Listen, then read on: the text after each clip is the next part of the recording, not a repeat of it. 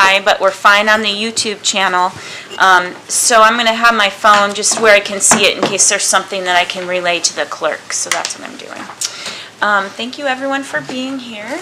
Glad we have a quorum. Thank you, council members.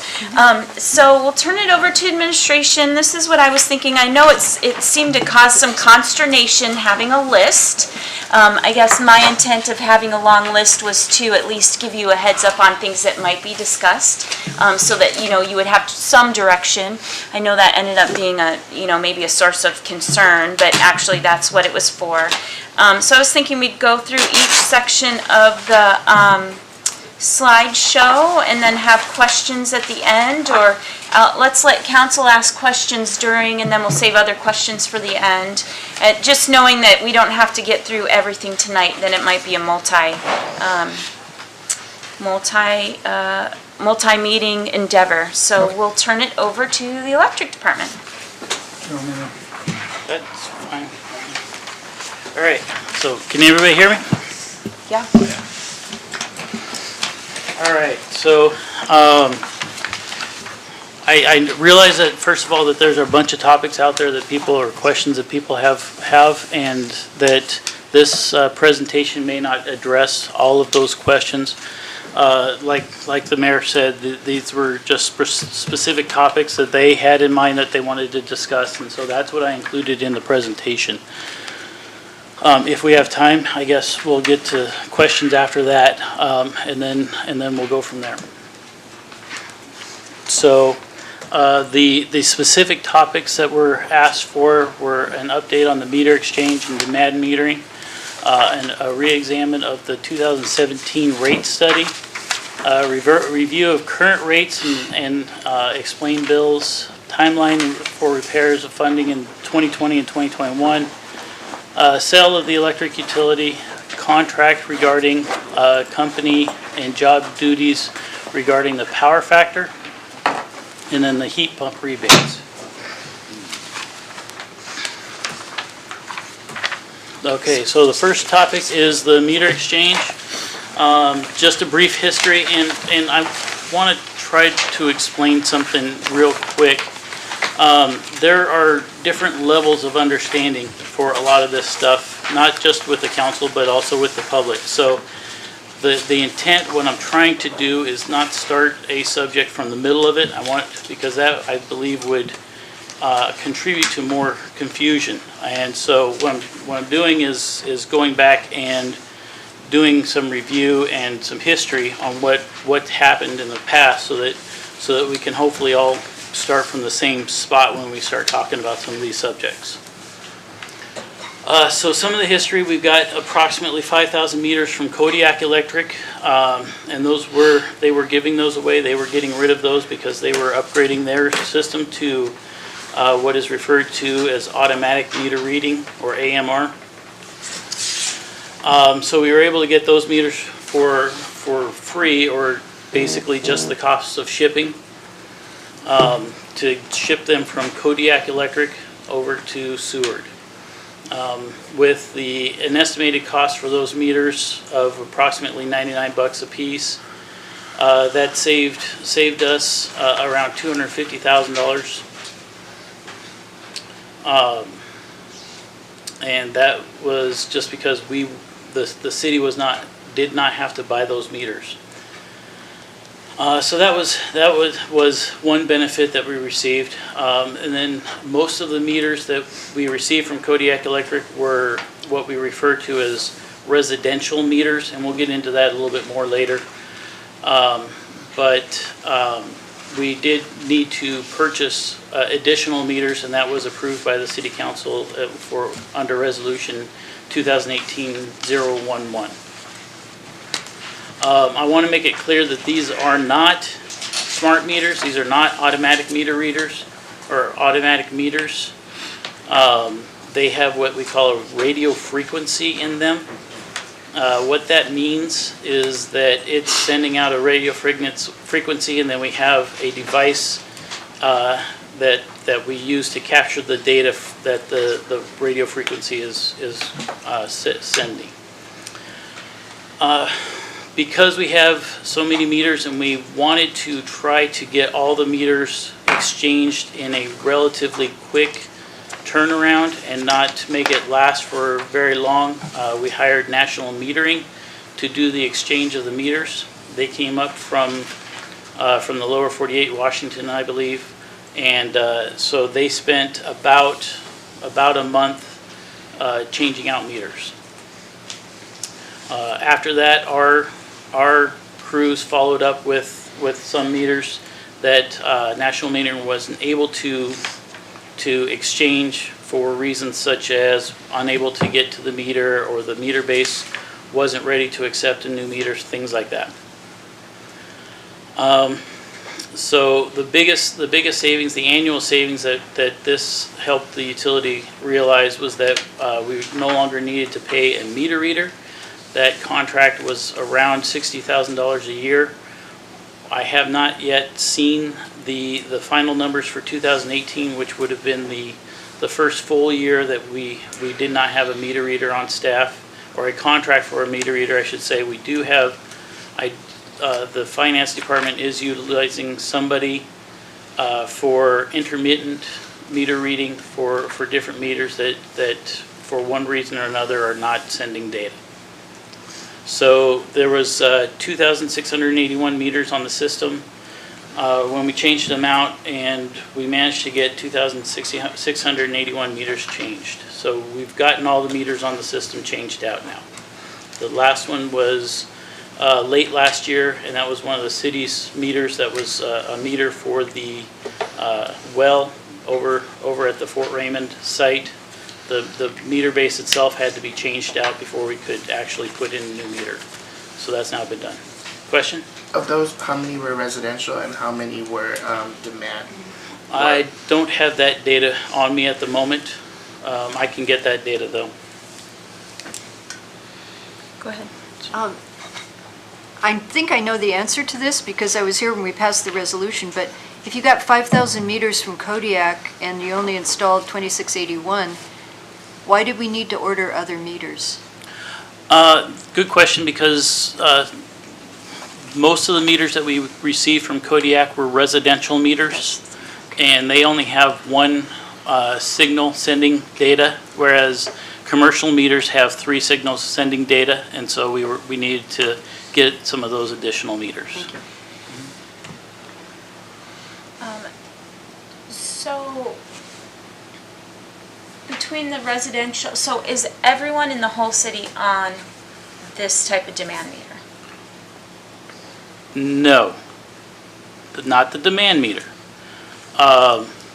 There's a non-demand meter, and then there's a demand meter. So only large general service customers are required to have a demand meter. All residential customers do not have a demand meter, and then some of the small general service customers may have a demand meter depending on what type of usage history they have. So like bed and breakfasts or fourplex, or so I know the policy was in August, and I don't know that the policy was included in this, but the policy was finalized in August. What does the policy say about who gets a demand meter and who doesn't? So basically, to sum up the policy, so first of all, our city code, our tariff says that large general service customers will be charged demand if those customers meet a 25 kilowatt threshold. It does not specify if the 25 kilowatts is for 1 month out of 12 months, 3 months out of the year, consecutive months, anything like that. So what the electric department did was go and wrote the demand meter policy to try to objectively quantify when people would get a demand meter and when they would not, instead of having it subjectively chosen. And that says?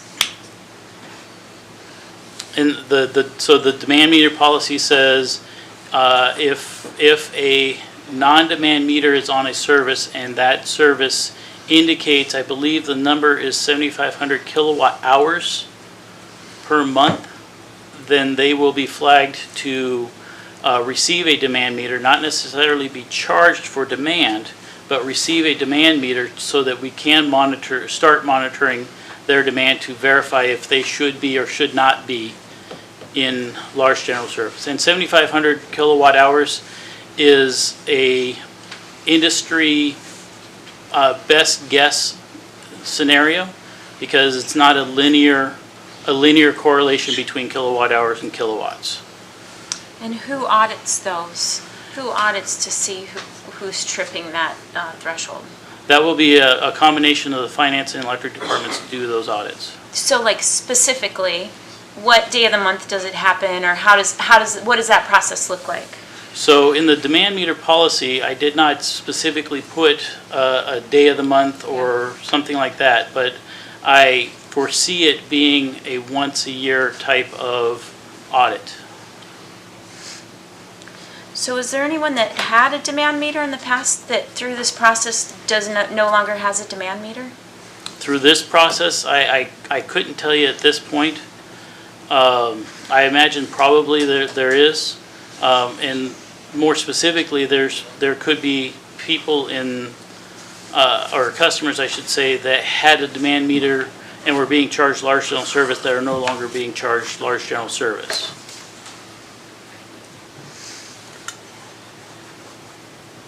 Okay, I'm just trying to wrap my brain around, if we're making this judgment call about who's getting a demand meter and who doesn't, when that happens. And we don't know. So did you guys do like an audit once all the things were in place, or when is that scheduled, or? Yeah, we haven't done that yet. There's still some, staffing shortcomings, and as well as some follow-up that's being done with the computer program. So we have yet to do a full audit of the system. So there's potentially people out there that aren't getting charged demand that should be, and people that are getting charged demand that shouldn't be. That's correct. So what's the appeal process if someone thinks they're being incorrectly charged a demand rate? Have a demand, how does that work? Yeah, I didn't put in an appeal process in the demand meter policy, and I'm not aware of one in the city codes. So just because you have a demand meter doesn't mean you get charged at a higher rate? Correct. That's correct. Okay. The meter is all, it's like water meters, so that Yeah. your usage is, irregardless of the kind of meter you have, it's based on your consumptive use. But it doesn't necessarily put you in the right category. That's correct. So if you think you're being billed at the wrong category, they can come to you? They can come to us, or they can come to the finance department, yes. Also, it indicates in our tariff that a customer once a year, I believe, can switch from small general service to large general service, or vice versa. The customer themselves are allowed to do that. To go from large general to small general? They can make that request once a year to the finance department. Is there a certain time to do that? No, it just says once every 12 months. Okay. And then what would you do? Look at their usage and say? If they make the request, then we would switch them. If it warrants switching. If it, yeah. And yeah, that would be contingent on the demand meter policy at this point. So do people get refunds if they're getting charged at a higher, if they're in the wrong, can they request a refund? We have submitted refunds. The refunds are based on factual data that we can ascertain. If we cannot prove that the meter is supposed to be in one category or another, it's hard to justify a refund in those situations. No, what I meant is if they go from large general to small general, say they're being charged at large general, and they have you look at it, do you go back in time or just moving forward? Yes, we have gone back in time to issue a refund. And I believe the code stipulates it's a maximum of 2 years, if I remember correctly. Sorry, I'm monopolizing the conversation. Are there more questions on the dais? Yes, Councilmember Butts? So then I didn't quite catch up. So how far along are we to replacing all of the meters? All the meters are done. All the meters are done? All the meters are replaced. Okay. And one more quick question there too. Yeah. And was there any additional cost to the customers for replacing those meters? No. Excuse me, let me rephrase that. There were some customers who had meter bases that were unsafe or inadequate to receive a new meter.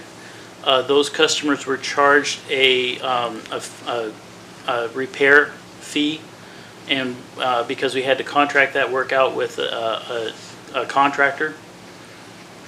And so that fee was set prior to the rollout, and when and if National Metering or our crews came across a meter that they believed was unsafe to either take a meter out or put a new meter in, then those people had the choice of either doing a temporary repair to make it so that it could accept a meter, or a permanent repair, which would have been replacing the meter base. Okay. And so the last update that we keep getting in our packet is finance is working with the software company to develop methods for exporting pertinent data in order to determine demand meter locations moving forward. So is that part of what you're working on? Yes. Okay. So the software company has that on their plate to do? I believe so. I believe, if I remember correctly, and this question is more appropriate for finance, but I believe what they told me was that their process is submitting a fix-it ticket or a request to the computer programming agency, and then when they can get to it, then they start working on that request. In this case, it's a new report that's being requested. So help me understand and help the customers understand. So people that aren't currently on demand meters obviously are perhaps tripping into another category. That's so possible, So yes. that doesn't get noticed. At this time, that will not get noticed, and we're not going to back charge people for those discrepancies. Okay, but conversely, if they're in a higher service, there's a potential that they can request to go into a lower and get up to 2 years of. If we can prove that they are being overcharged, then they can get a refund. Well, you'd prove it by the bills, but right now there's no way to. So say someone is running a grow operation, which I don't care, I'm just using that as something that uses a lot of electricity, no judgment. A legal grow operation, but you don't have them on your list, but they're using a ton of energy. Like, there's no way, because you're not going and auditing people's bills. Currently, we're not auditing, yes. But as soon as we do audit and we discover that they have transitioned to large general service, then we will switch their account to large general service. And our staff, when they do the billing, they look it over to make sure there's, like this month we had a misread, and there was, a bill that was like, wow, that's not accurate. Oh, they're able to catch an anomaly. Yeah. Again, I'm monopolizing the conversation. Are there any other questions? Well, I'll turn it to the public. Does the public have any questions? What we'll do is we'll just raise hands.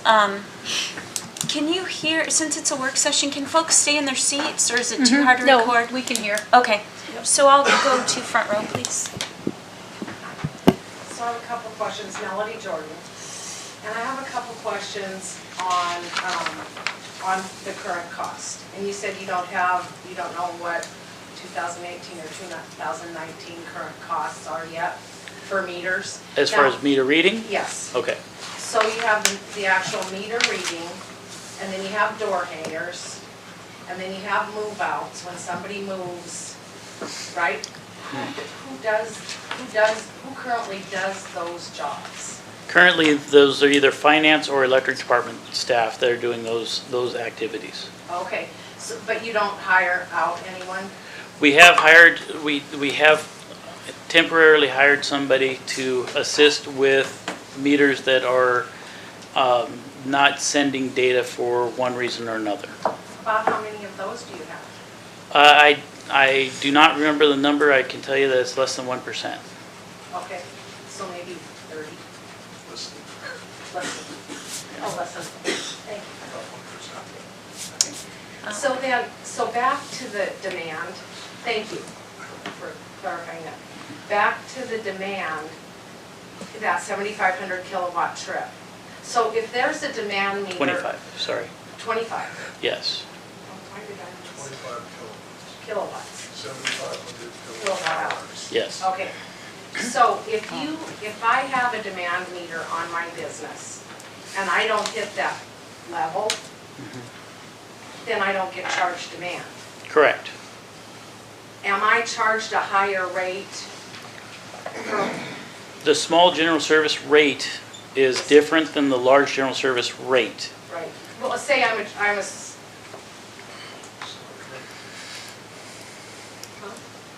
Go ahead. What you just said is not true. So, If you are classified large general service in the computer, you get charged large general service rates regardless of how much you use. but that, Because that's where the computer is going to evaluate your usage. So if you've got 20 kilowatts and you're in large general, they're going to charge you for 20 kilowatts. You have to change the rate in the computer, in the audit, in the accounting department, to make a change in how you bill. That's Well, basic, that's, I think that's what you said before. yes, Right. the So maybe That's not repeat what your, he just maybe said. repeat your question, because I think it was a little, okay, so I think about Icicle. yes. At large general service. Well, they just started large general service. They used to be on special contract. Right, right. So I think about that, and then I think about my daughter's business, who has the laundromat. Do you have a demand meter? Okay, so she doesn't, she's a small general service. yes, it does.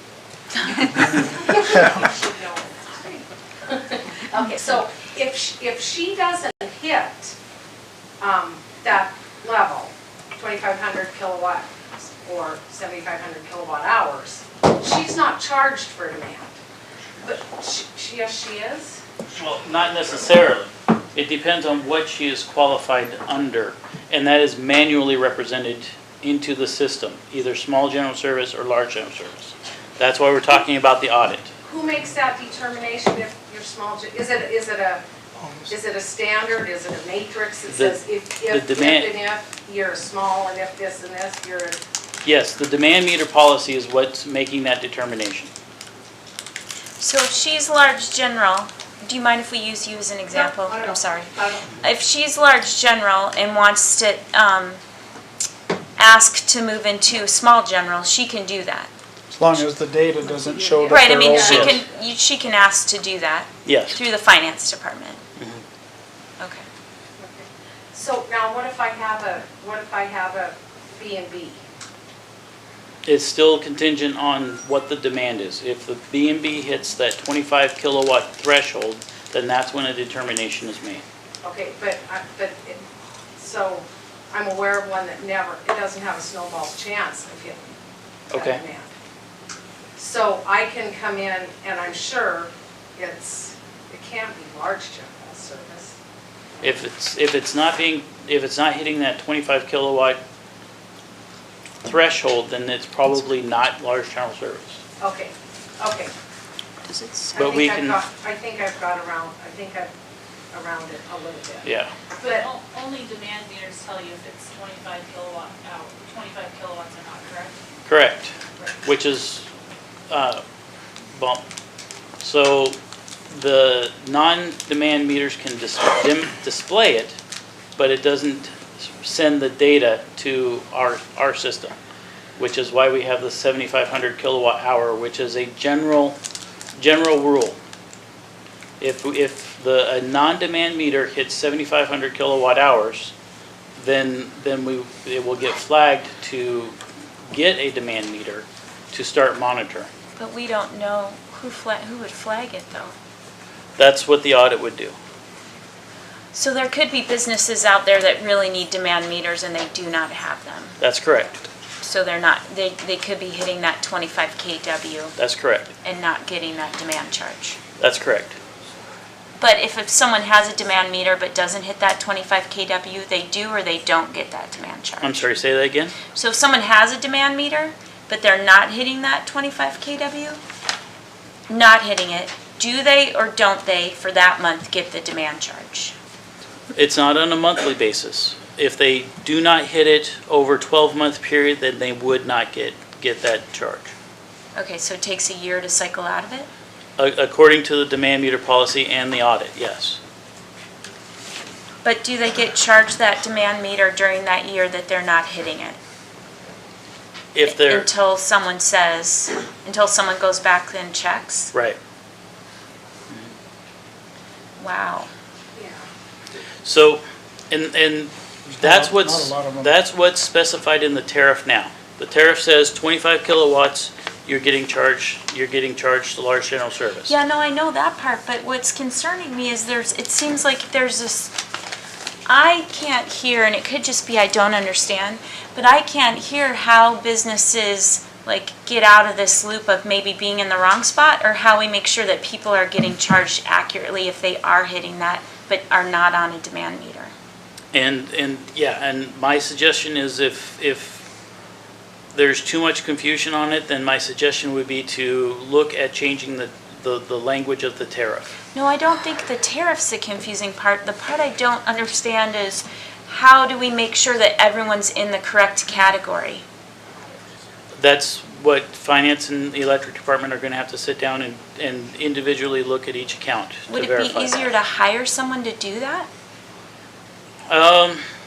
No, once we get the data out of the system, it's not going to take too terribly long to analyze it. So we can't get the data out of the system? That's correct. That's what we're waiting on from the computer programming folks, is to get us additional reports out of the system. Would it be better, though, to have a third party do it so it takes it out of staff's hands and out of staff's judgment? Yeah, we can do Would that that. help? We can do that. Somebody was still, at the way the tariff is set up, somebody is still going to have to make a determination as to whether or not a customer should be small general service or large general service. Vernon, you've been waiting. Yeah, a couple of things. If you read the tariff like a lawyer, there's no judgment call. You hit 25 kW, you're in large general. So you read it like a lawyer, you don't have to make a judgment. Number two, all the meters have the capability of telling you what the demand is. If you have a meter that is showing a large kilowatt hour reading, like 7,500 is a good rule of thumb. That's actually Jeff Estes' rule of thumb. It's not really an industry-wide thing at all, but nonetheless, that's a good number to start with. If you've got something that will actually give you a flag out of the computer, which is absolutely the most basic function of any computer program, is to be able to give you a threshold flag. If you do that, then you know who to look at. So it sounds As like, long as you're in large general, no matter how many kilowatt hours you use, you get charged for the kilowatt hours. We recently, several years ago, actually this has been going on for almost 3 years now, and they still haven't got this straight. The computer program is still not able to give them the information they need. I don't think it's a problem as the program.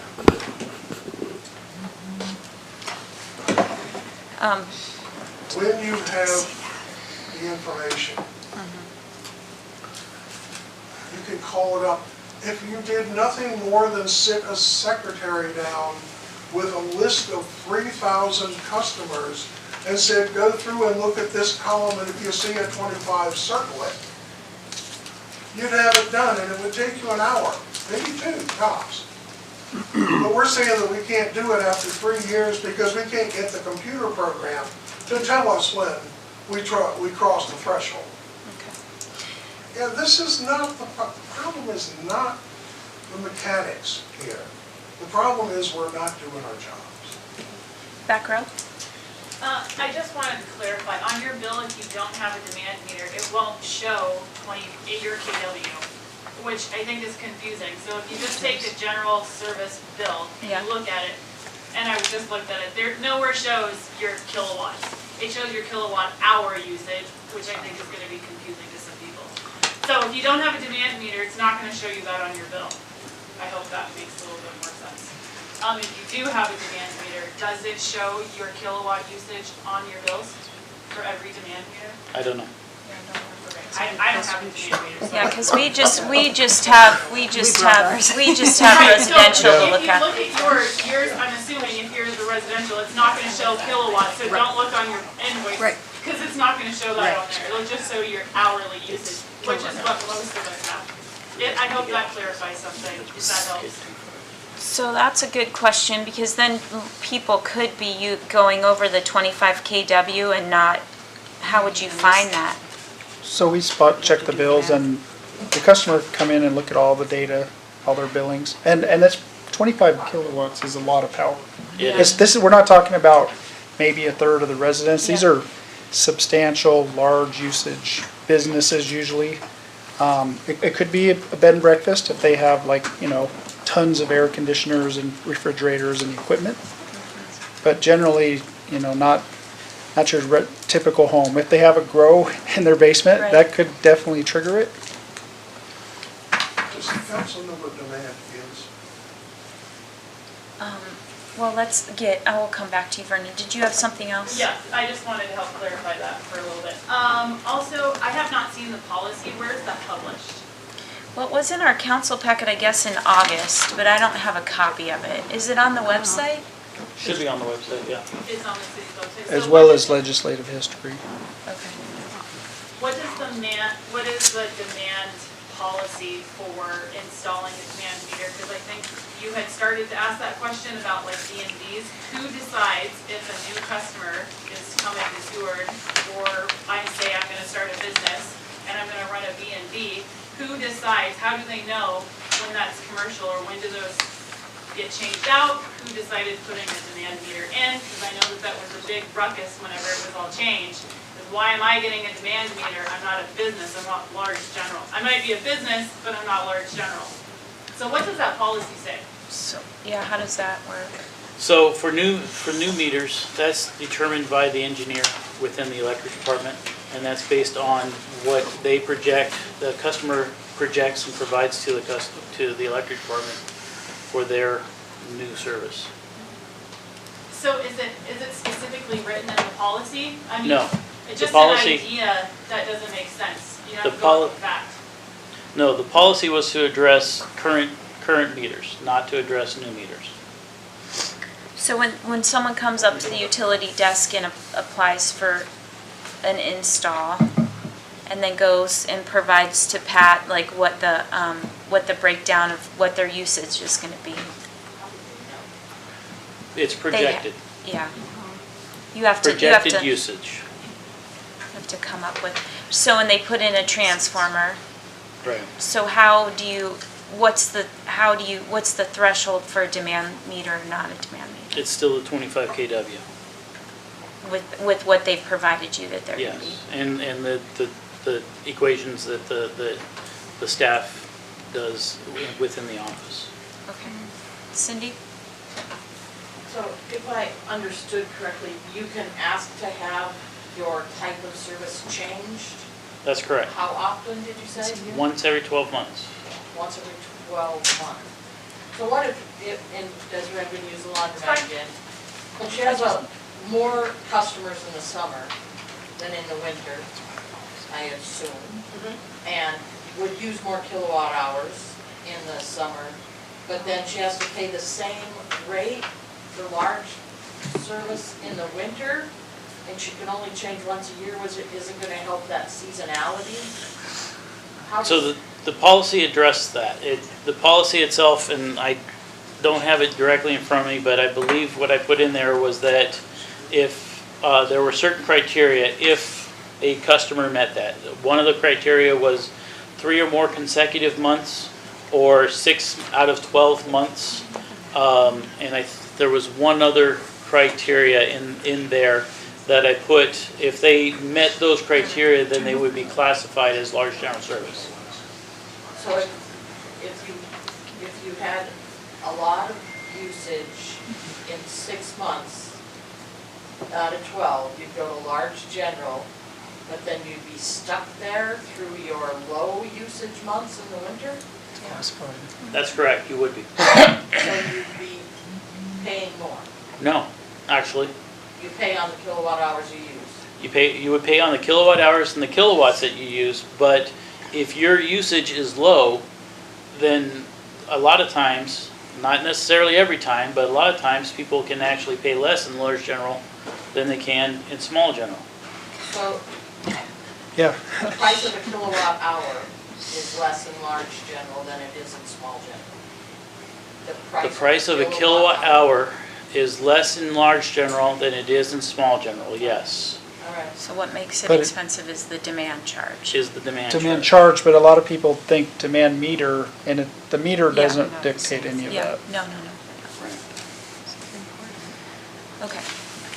Sorry, Christie, can I just make one suggestion based on the dialogue we just had? And we've had these new meters for 2 years, and we haven't done an audit to see, do we think everything is as is? I would suggest more like every 6 months. If I were to come in, well, I'll go back to Yukon Liquor Store, which is long time ago. Long time ago. I But don't we remember had- that one. You don't remember, up there on Third and Jeff. Anyway, we had a big walk-in cooler and a compressor. That compressor started with an electric motor, as does all the compressors that I see. You can see, that compressor comes on, you see it singing.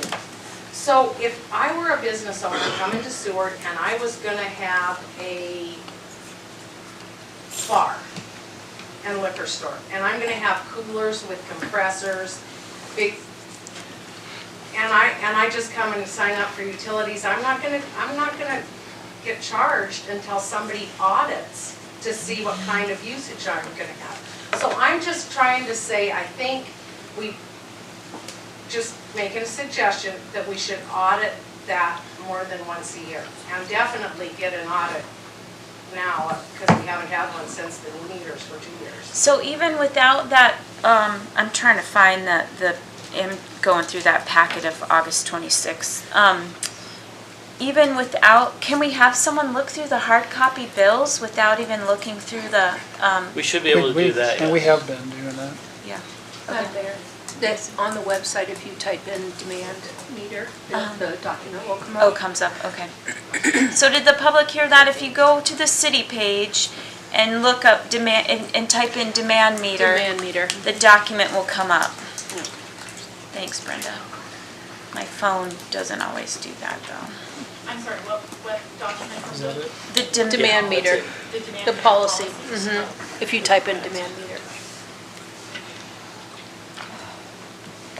So I think, for future, that would be a good place for us to start, is to know, just dial in where we're at with everyone, if everyone is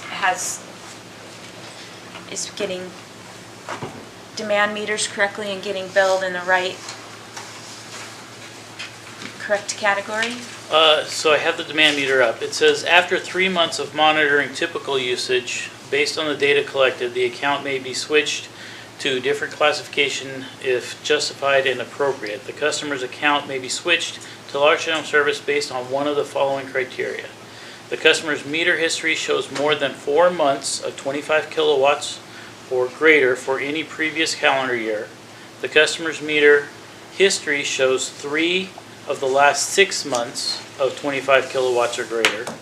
The customer's meter history shows 3 consecutive months within the past 12 months or the previous calendar year of 25 kilowatts or greater. Or number 4 is by request of the customer.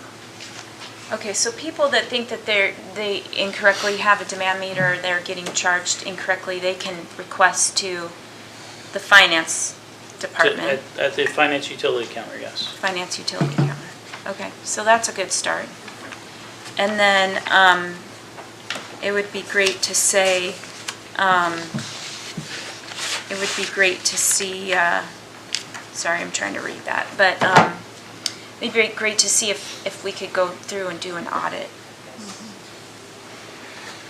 On that audit, talking about it, I would suggest to the council that you actually contract that out to have someone do it. One, I don't think that the finance department knows what they're looking for or even doing. We don't specialize in utilities. So I think that if you were to have someone come and actually inform and teach the finance department what to look for, what they're auditing, in my suggestion, I think that would be the best thing to do is actually have a company. Well, I think it would make sense to outsource it too. Yes, It's that- cheaper. Why wouldn't that be an electric department function? Why wouldn't the electric department make the technical judgment like that as to who's using what power? Well, I see Pat nodding in the back. Do you do that already, Pat? It's the plan that we had laid out. We are struggling with some programming issues with the software that reads bills. But in the end, the goal, the plan is that for the first 3 to 6 months, we'll do both an automated and a manual check.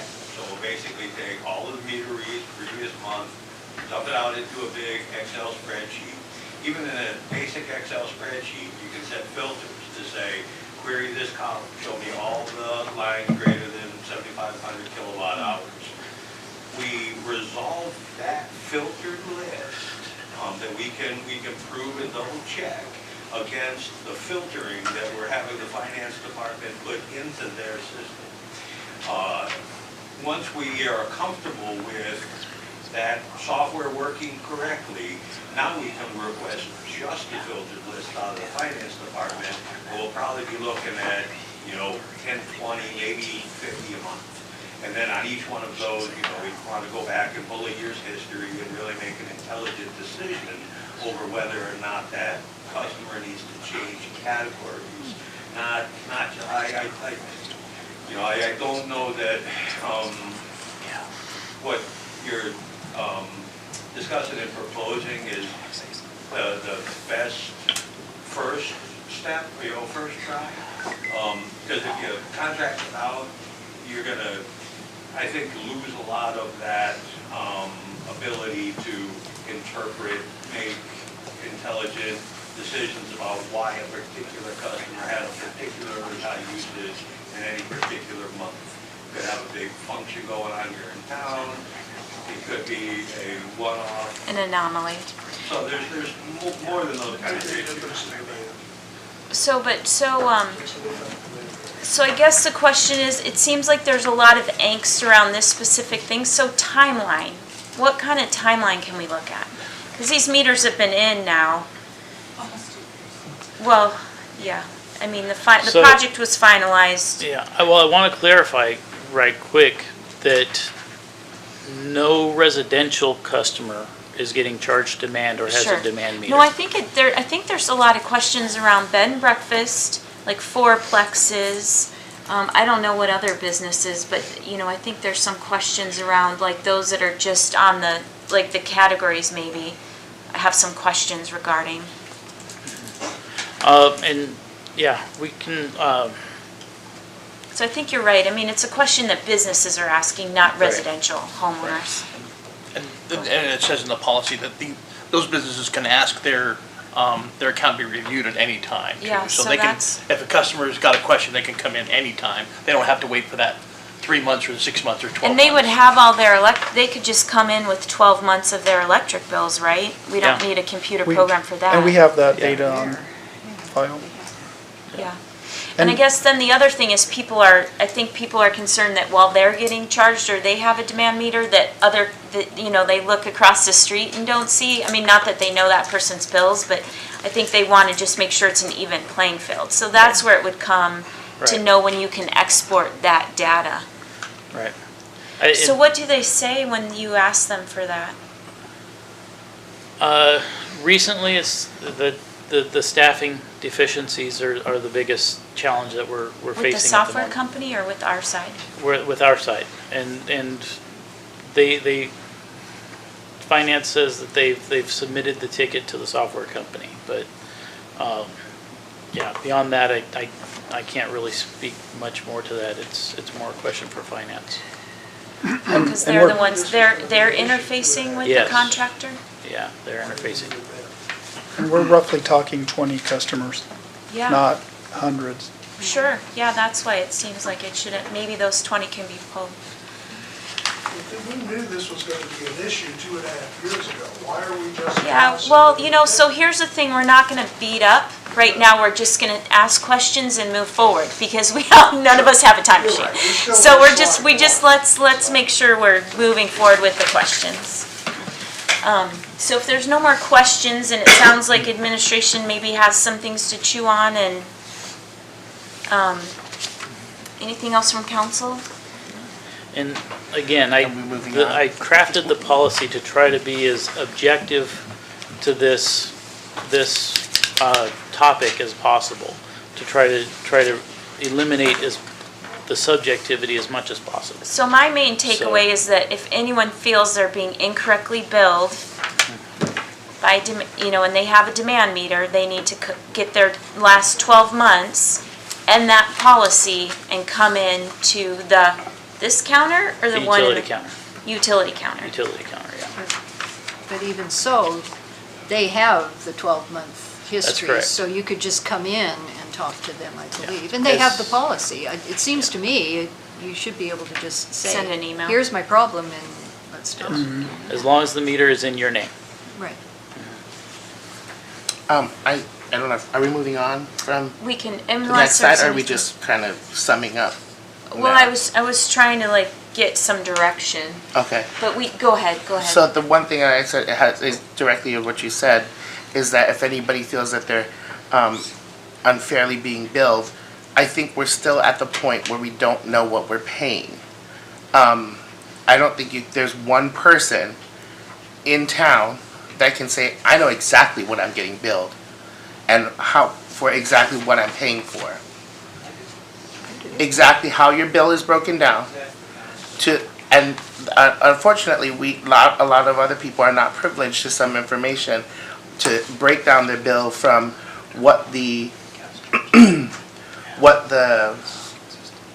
we're subsidizing, what we're paying for as an individual user and ratepayer, what our fees are going to, and why we pay different fees for our customer service charge, for our service charges, and if we had a clear one across saying we pay this, this, and this for this, I think a lot of people would be more satisfied with their billing and reading their bill.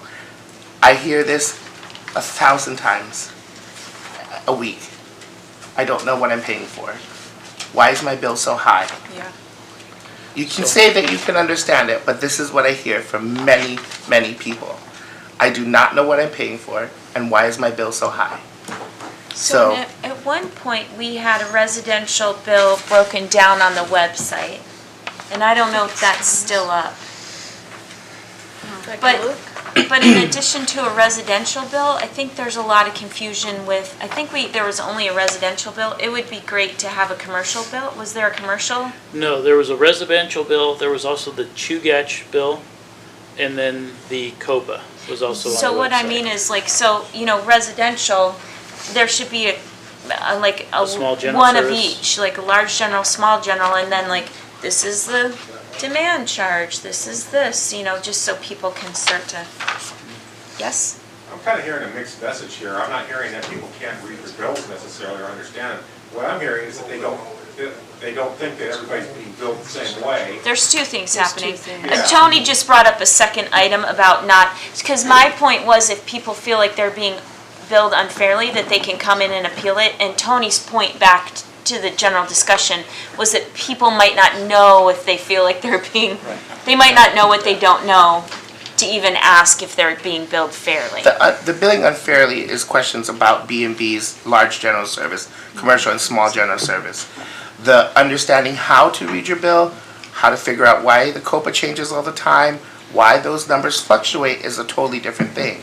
So you can explain to people, well, this changes because of the cost of power, of what we use for fuel, when we run a generator, or what happens in between. All those things are are factors that change in there that makes people wonder. They can't, or not wonder, but assume they can't read their bill. When that lack of confidence was just kind of underscored tonight by the fact that, from what we heard, I think that we can't generate the reports to find these things out. Yeah, there's some limitations with the software. I don't understand that, 'cause it's just the database. So, I think there's stuff to maybe bring back to us. Be helpful. Did you want to go on to the next thing? Sure. Thank you. That was a good discussion. So I think we've pretty much covered this. I don't think we need to go over this again. But there are different rates for different types of service. Yeah, and there's a whole lot of slides on rates, so we'll be getting into rates. Did you want to skip to the rates and talk about that now? We can do that. Does that set you off too much? Maybe that would be a good That was the next segue. topic. Okay, great. So, again, just trying to help educate some of the people that are on different levels of understanding of this topic. So, some of the reason why we do rates, set up the rates that we have, and do rate studies, a cost of service study to ensure the rate fairness. Now, this rate fairness, I'm going to elaborate a little bit on that based on Tony's comments and questions. So, the equipment and or power that we have to provide to residential customers is not as robust or as expensive as stuff that we have to provide to small general service customers and or large general service customers. So the rates, and we use a standard rate system now that virtually all the other utilities in the United States use. It's based on a national council that NARUC is the name of the council, but I can't remember what it stands for. But they establish general rate design making, and they break it up into the different categories based on residential service, small general service, large general service, and then there's even a fourth one, industrial service, which we no longer have. And so the intent of setting up those different rate classes is to what they call cost causer, cost payer. So in other words, if that rate class is causing those costs, then they will be the payer of those costs, and that's essentially how it's supposed to work. That's why we have the three different rate classes and the way we set it up that way. So, like I said, we don't have a industrial rate anymore. We used to have an industrial rate, and this is something that we can talk about more later on because it may solve some other issues that we're currently facing. But in 2010, when I started, we did have a rate, an industrial rate, and the industrial rate was actually lower than what we were paying Chew Gas for power. So it was a problem. It needed to be fixed. The solution that the council approved at that time was to abolish the industrial rate, which we only had, I believe, 3 customers on the industrial rate, and then there's one that had just come off and another one that just come on. So we were talking about four customers approximately that were impacted by that, and the jump to go from the industrial rate to the large general service rate was so significant that it was not ethical or imprudent to dump them directly from industrial rates to large general service rates. So the way we came about fixing that was the special contracts. So that was I believe the coal facility, if I remember correctly, was on the industrial rate. The Sea Life Center still is on a special contract, and then Icicle Seafoods was on a special contract. And prison. yeah, and the prison, actually, the prison was the one that I mentioned that started off in the industrial rate, but dumped into large general service in the first year I was here. So they actually went directly to large general service. Was Seward Ships ever No, industrially? no, Okay. I was just curious. at least not since I've been here. So now there's only one person on a special contract or one company? There's only one customer that's on a special contract. Thank you. So, and that was a little bit more on the first bullet, so I'm gonna just really quickly go through these other bullets. Basically, we do rate studies to verify that we're charging the amount that we need to be charging to collect the expenses that we should be collecting. And that's the reason that we charge the rates that we do is the utility is a zero-sum game. We're not trying to make money. We're trying to cover the expenses that the utility is accruing. Those expenses are made up of repairs, future capital needs, and then the everyday expenses such as wages and supplies, things like that. One item of note I do want to call out is that Seward is not economically regulated by the Regulatory Commission of Alaska, or the RCA. All the other utilities on the rail belt and most of them in the state are regulated by the RCA. Because the city is what they call a home ruled city, then the council sets the rates for our customers.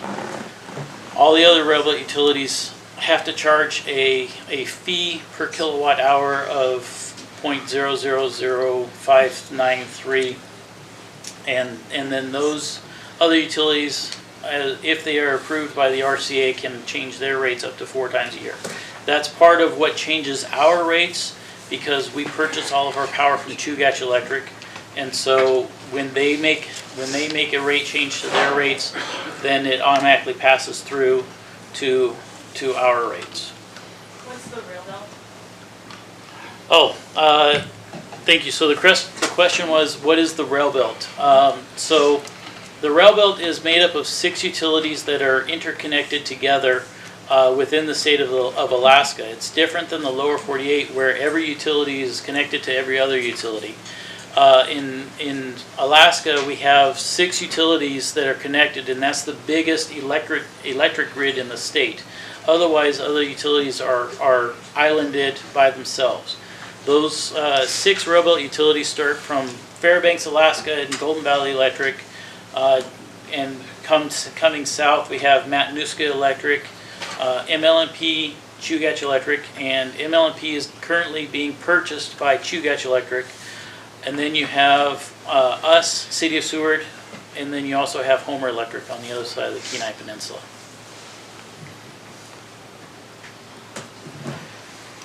All right, this is a quote, and it basically came from the 2015 rate study that was done by Financial Engineering Company. I won't read it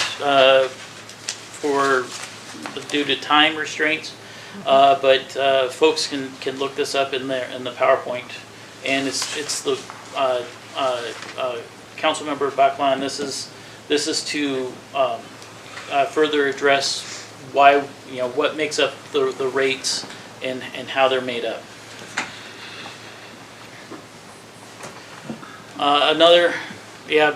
Sorry for all the wording on this slide. It was an important quote that came out of the 2015 rate study, addressing why the rates and how the rates are set up, but due to time, I won't read that either. The important part of the 2015 rate study, now, I have some writing in black and some writing in white.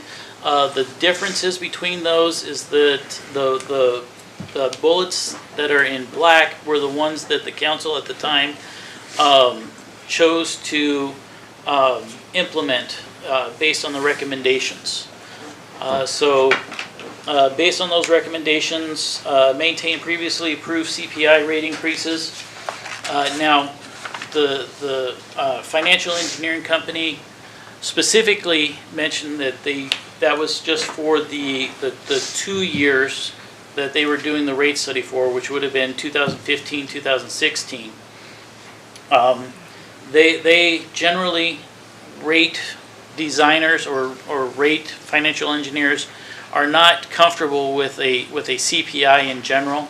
They believe that rate studies should be done on a regular basis by all utilities to confirm that the rates are accurate and fair. So yeah, that's bullet number 2. Consider abandoning the automatic CPI, which we have not done.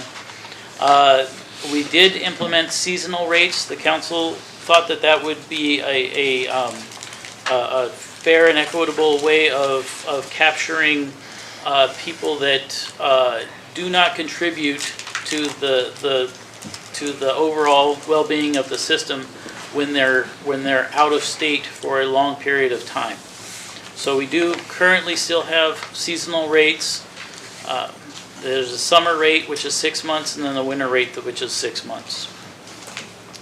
Number 4, covering special contracts to large general service.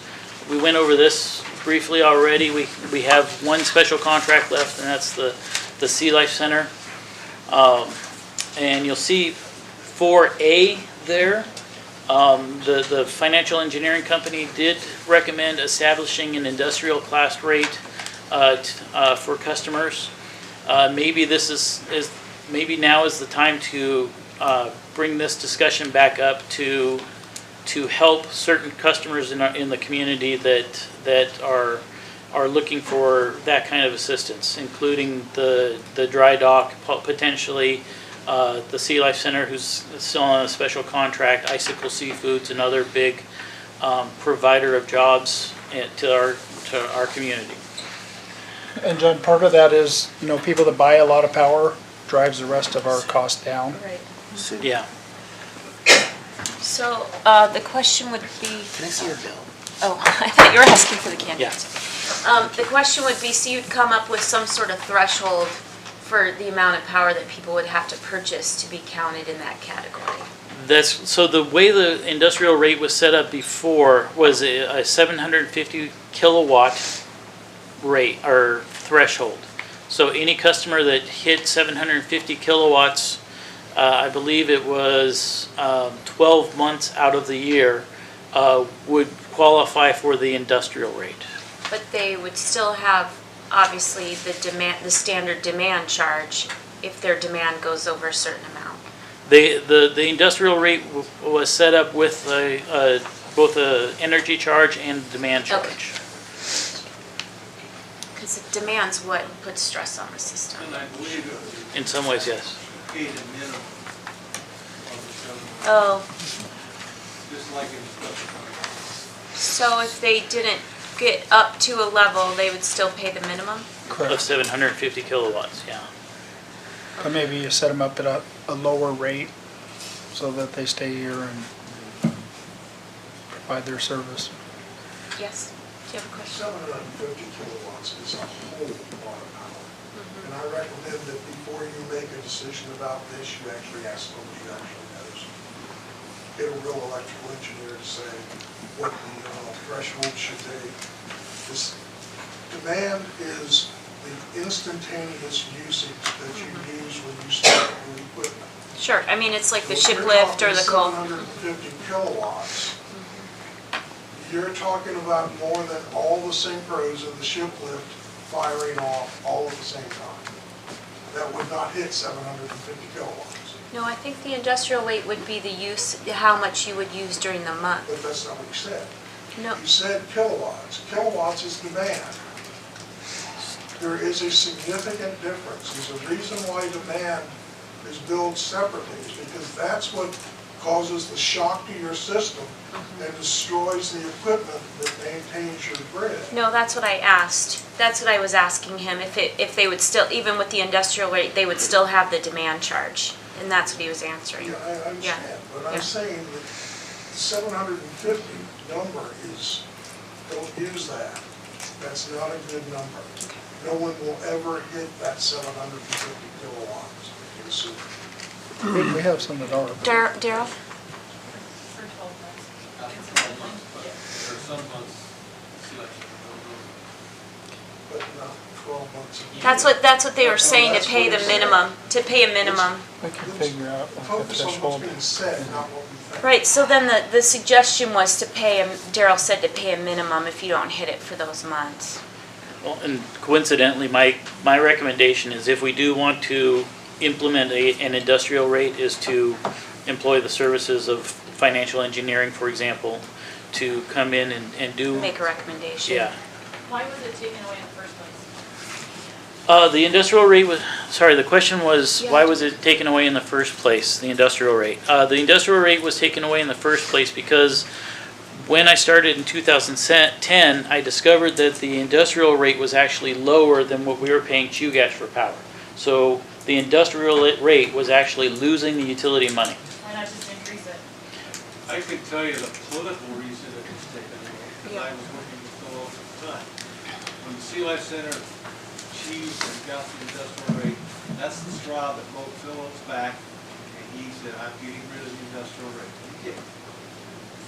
Forced us to do this special contract thing, which makes it into a political thing at least every 2 years. Yeah. That's not right. So, you don't need direction on that tonight? Well, it's a work session. I Yeah. don't think the No, I council's- just meant a head nod, but, Oh, I mean, I think we're interested in seeing more information on it. okay.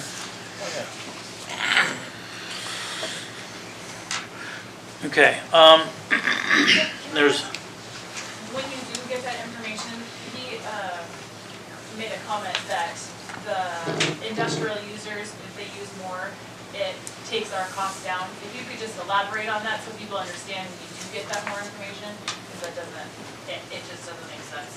So when you do come back with more information about it, it can just help understand. Well, you can even answer it Yeah. now if you want to. Sure. Just well, tell me. that would be part of the cost of service study, but it's part of that cost causer, cost payer that we talked about earlier.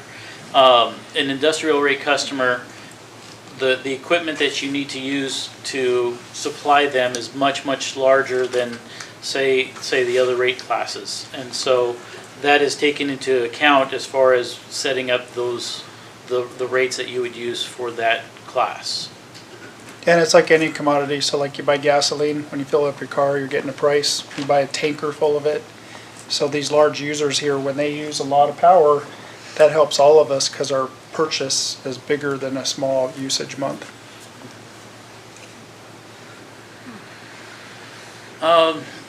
Number 5, update the cost of service study toward the end of 2016, rate adjustments to be made in 2017. At the time, and there were certain council members that were especially focused on this part. The small general service rates were way out of whack compared to the residential and the large general service rates. Again, going back to that cost causer, cost payer scenario. So what was done at the time was the rates for the residential and the large general service were adjusted, but the small general service rates were frozen for 2 years. And then we came back 2 years later and did a rate study again to verify that all the rate classes were more in line with what they should have been. Number 6, consider the revision of the fuel cost adjustment. I want to touch on this specifically because this goes again to Councilmember Beckland's comments about why the rates fluctuate so much. The cost of power adjustment includes a cost for fuel, which for us, because we purchase all of our power from Chugach Electric, is mostly natural gas. The natural gas prices are primarily based on market costs for natural gas and oil. So that is what drives the fuel to fluctuate up and down. We are also behind calendar-wise from what we get from Chugach Electric. So that also impacts how that COPA fluctuates.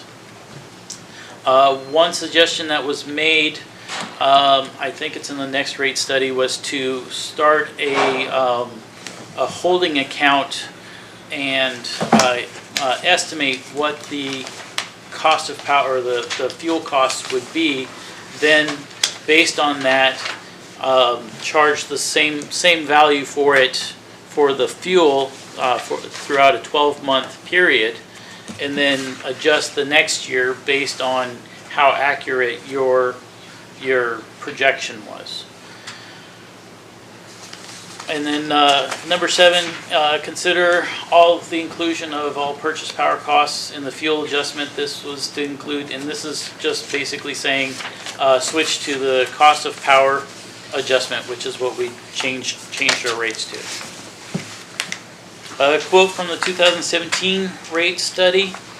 I won't read that specifically. You guys can see that on your own. Another quote, and I'll just pass that again. This is the equation for calculating the base rates for the Chugach power. Now, the base rates plus the fuel costs is what equals the cost of power adjustment. So this is the Councilmember Baclan. This is the equation that people need to use to be able to calculate the COPA.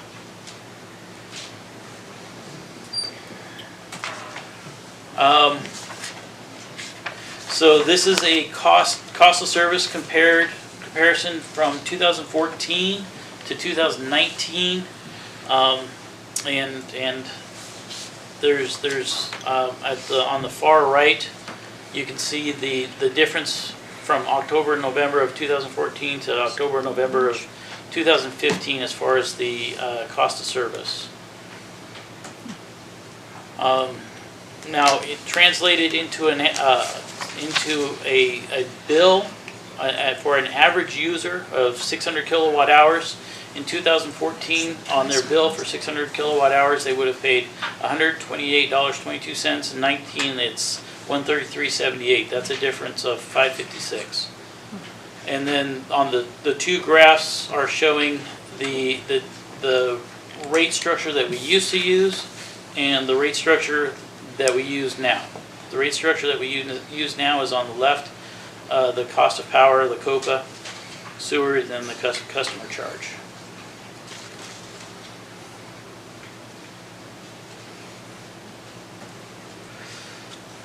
And please stop me if I'm going too fast. Do you have that for commercial?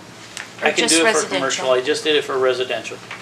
So you're saying that our average for residential kilowatt hour usage is around 600, you said? Yes, that's a statewide average. Okay. That the RCA uses. They say that approximately the average user for residential service is around 600 kilowatt hours. Is that, what do you use? And for our- 250? Wow. Yeah, so Yeah, you're I'm not below average massively, because I average about 220 maybe. That's really good energy efficiency. It's a good house. Yes. And then one more thing coming back to the COPA there too. When we talk about the fuel rates for Chugach Electric for CEA too, am I right to, and I'm trying to remember, were they able to secure contract prices for that, or were they still using spot prices for fuel? I know. So just for clarification, in the state of Alaska, we don't use spot prices. They have contracts for all the natural gas that they purchase. Part of the reason for that is because there's such a small market in Alaska by itself that they need to guarantee that they have enough supplies to be able to generate the power that's needed. And if I remember right, the last one that they did was they had an 8-year contract for. If I remember correctly, however, I'm glad you asked, because I just received a letter last week from the RCA saying that Chugach Electric just got a new rate on their gas prices, and it's going to be going down. So that should impact our rates, if I remember correctly, in May or June timeframe. Which people won't notice it because they'll be That's getting correct. there. That's correct. Yeah, you will not directly see that on your bill. How that impacts us is that Chugach Electric is paying less for the fuel that they are using for their generators, thereby charging us less for the fuel costs. And then we calculate the fuel costs into our bills to our customers. So there's a lot of steps, but the good news is that the fuel costs are supposed to be going down. Question in the back? Yeah, we went through the whole rate study really fast. You said that we can look at this and base our rate off of this slideshow. This is so confusing. Can you explain it? Which slide is it? It's on page 8 of mine. Oh, the revised rate? Yeah, he said I can use that to see my bill. Specifically to figure out your COPA. Is your COPA? Yeah. I think you're gonna have a hard time getting some of the variables answered in that in order to actually figure out your COPA. So can you explain your slideshow, because it's really confusing. Yeah, so you can match up the different topics there to this slide here. On your billing.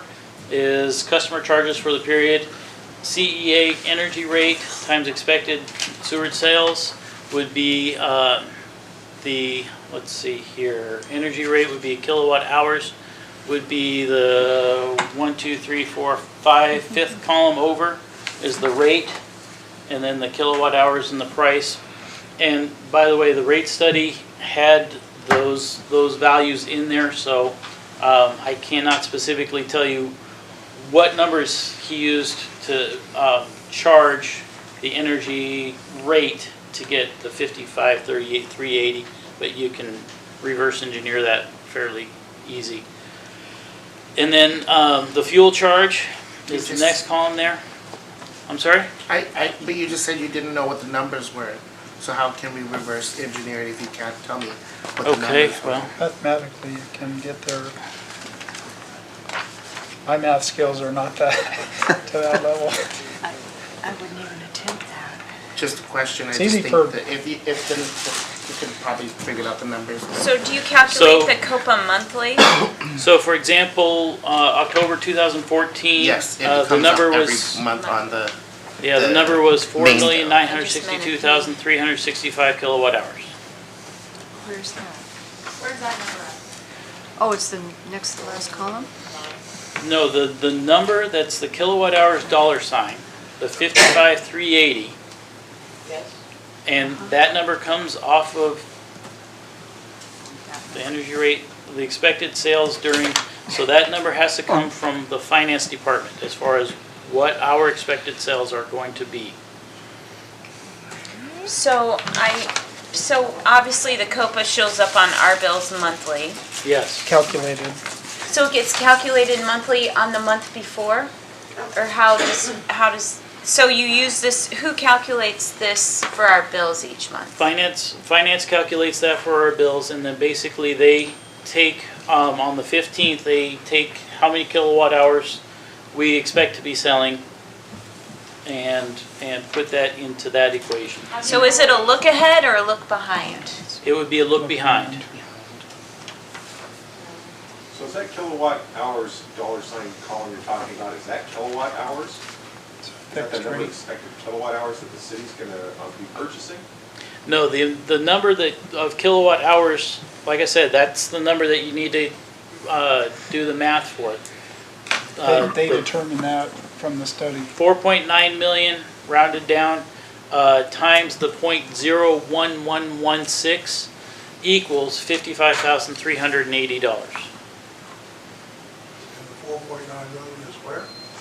That was the expected sales for the Seward. The unexpressed grade. Yes. And finance gets that from GH monthly? No, they would have to calculate that based on our sales.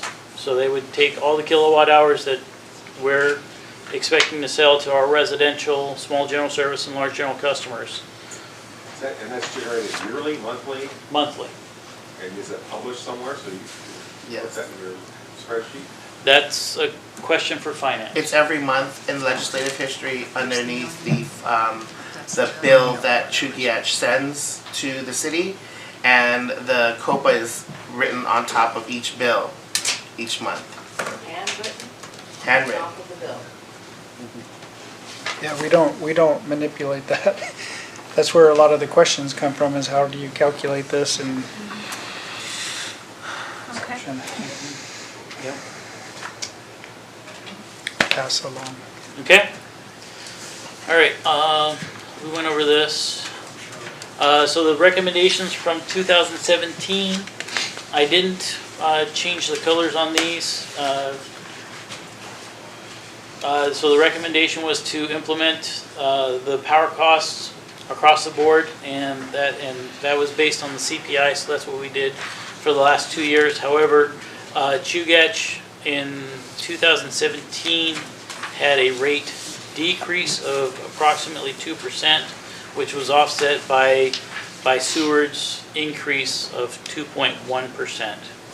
So Seward increased our costs 2.1, Chugach decreased their costs 2%. So it was about a net increase of 0.1% to our customers. That was a CPI increase, right? The 2.1% was the CPI. Yeah.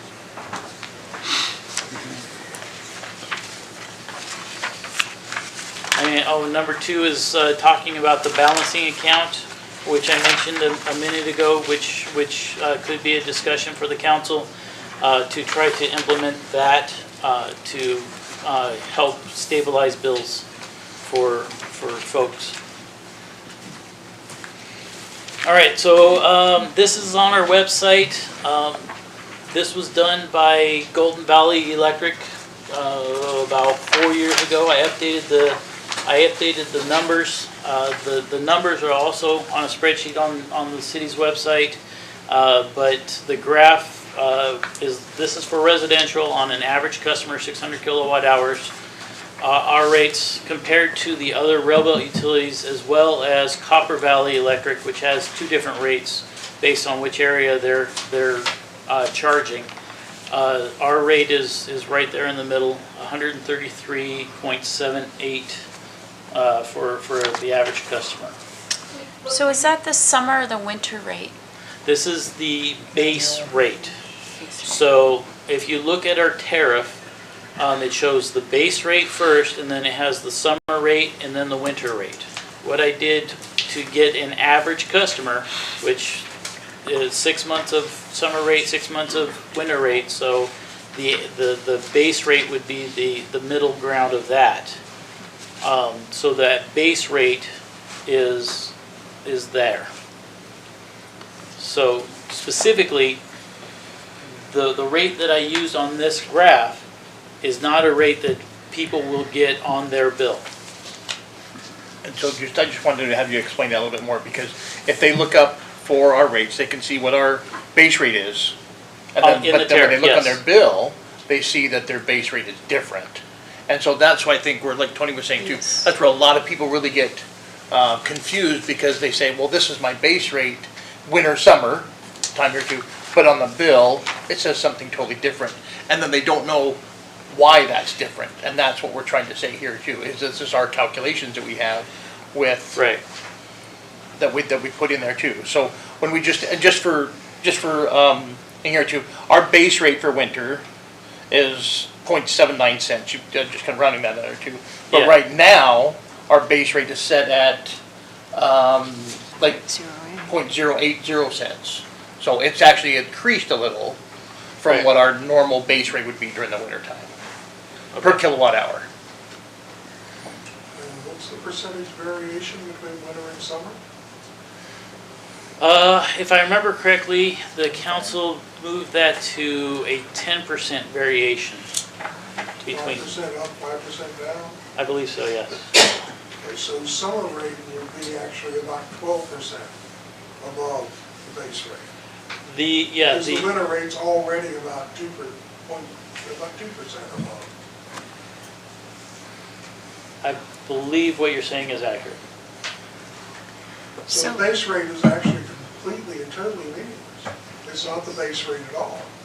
The base rate is the mean between the summer and the winter. Right. So you're using numbers that are not accurate. No, I'm sorry, so let me make myself more accurate here too. Our base rate is 09376. That's what our base rate is, and our winter rate is 07970. I understood you to say that. Right, and so we're actually, so go from, I'm gonna give it that, so 9376, we're at 7970 from 9376 during the wintertime, and during the summer, we're at 11533, so, yeah, so that base rate is in the middle, and then we have those two numbers for winter and summer. And that's, yeah, that's right on our rate sheet that we've got on the website too. But right now, our rate that we're getting, right, and our, right now, our rate that we're getting is above the winter rate, because our cost of service has increased from that base winter rate. Does this not seem needlessly complex? I mean, if you actually put on the bill what the charges were, fuel charges this, administration charges this, you know, whatever. List them out. We know what they are. You use them to make up the code. So we know what they are. Why don't we just tell people what they are? That way people wouldn't have to be trying to second guess what's going on all the time. You'd be able to keep track of the actual costs of things. You know, as it is right now,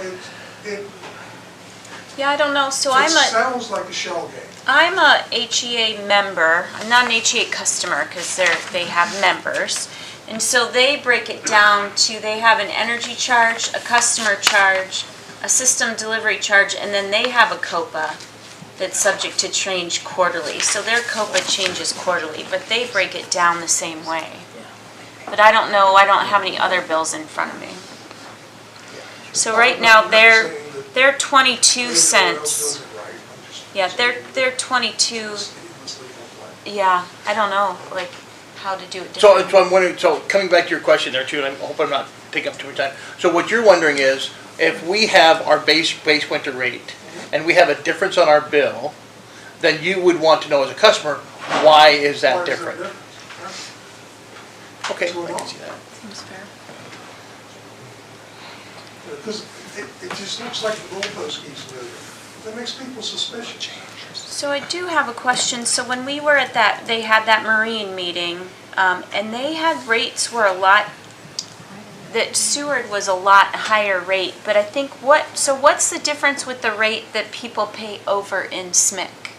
Well, and they didn't talk about Homer's rates at that meeting. Yeah, no, they talked about Ketchikan, That's higher I think it than was ours. Portland, Seattle, Petersburg, and that was just what they remembered. So is there a difference for rates over in SMIC? Which I know there is, but could you explain that? So that is the one exception. The tariff stipulates that nobody can resell power except for the harbor. So and the demarcation was intended to be the waterfront. So anything over the water goes to the harbor. Anything on land is supposed to be the electric department. There was one exception made back before I was here, and that was the boat pedestals in SMIC. The harbor actually charges for the boat pedestals in the boatyard in SMIC. To keep that facility up. So, but the kilowatts on the bills, is it charged at a different rate? I believe it's small general service, so there's no kilowatts charged directly. So each person is paying a small general service for their, They're paying the harbor rate. The harbor is paying the small general service rate, and then they're charging their rate to their customers. So what I understood was those rates they were quoting for us at 27 a kilowatt hour or something, that's what the harbor is charging. That I And so would, that chunk between the whatever to whatever, that goes to the harbor fund. I would surmise that that would be the harbor rate, yes. Okay. So it made it sound like the electricity here was, I mean, it was just 3 purely times, us, yeah, yeah, yeah. and it isn't really true, but it costs the boaters and whatever that, so. Right. But you could explain why the harbors south of us are much cheaper. Yeah, I'd like to hear that. Well, for example, Ketchikan, many, many years ago, the state paid to put in hydroelectric facilities for a lot of the utilities down in the southeast. And so not only did the state pay for those facilities, but they're at an age now where there's no more debt service on those facilities, so that's helping those utilities in their costs dramatically. Running out of water. You know, it's interesting, the other thing I was researching was on Cape Head, they have the local rates and they show us as being much higher. I think we need to talk to Tim Dillon or take a look at it, but they have Chugach at 12.5 cents. Golden Valley, they have it 12.3 cents. Homer Electric, they have it at 15.6, and then us, they have it 19.4. So I don't know if they're not taking things into account for those folks and They're adding in our probably putting in- COPA. It looks like they're putting in the COPA. Yeah, but I don't know if they're adding in the COPA for those other folks, so it would just be interesting to see. So this one and the numbers associated with it are on the city's website. I don't have the rates specifically. You can see Chugach, MLNP, and MEA are lower than our rate. HEA, Copper Valley, Golden Valley, and the other Copper Valley are all higher than our rate. But yeah, I did the math myself based on the tariffs for each of those utilities on their website. And they might be looking at, so this is just the residential rate. This one's just residential. And so I don't have any small business or small general or large general. They're small general. Okay, good. And this is based on an average customer of 1,300 kilowatt hours. And again, Chugach, MLNP, and MEA are on the left. HEA, CVA, and GVA are on the right of us.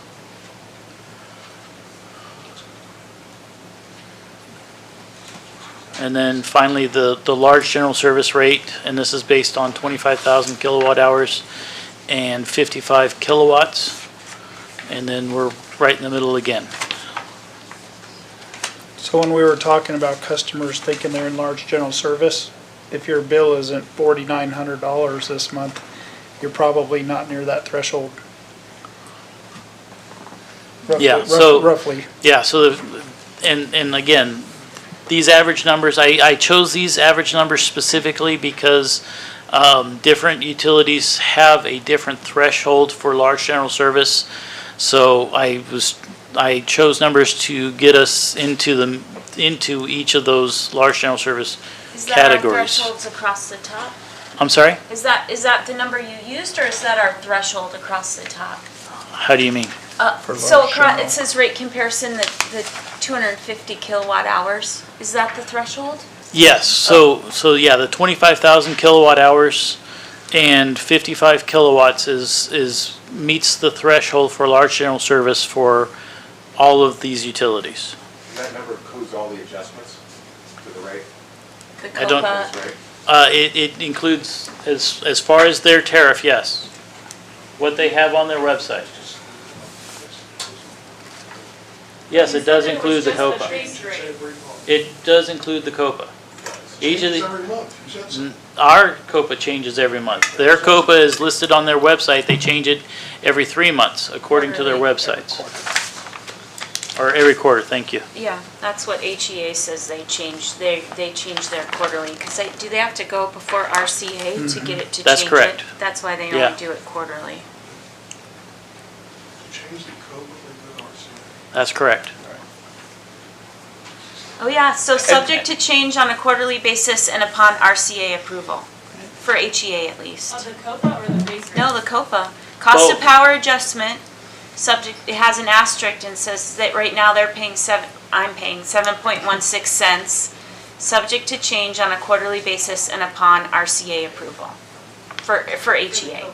Yeah, for the COPA. And right now, our COPA's at 10. Wonder what it costs to go to the RCA for a rate change 4 times a year. I don't know. I don't know specifically, but I've been told by the other utilities that it's really expensive. So that's just a suggestion, not that they do go to the RCA to change it every quarter. That's correct. They don't necessarily have to go to the RCA every quarter, but they cannot go more than that.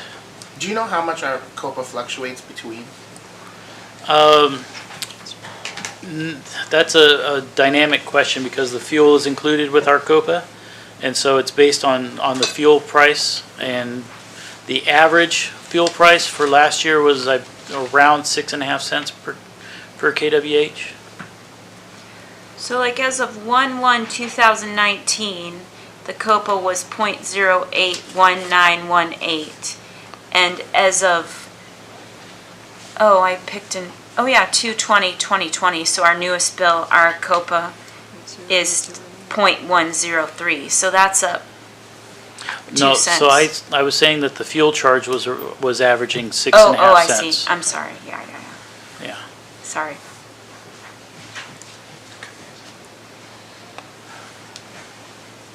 So an interesting trend that I noted when I did all of these graphs is that the Anchorage Bowl, which and I include MEA in that, are all on the left, and then the outlying utilities are all on the right.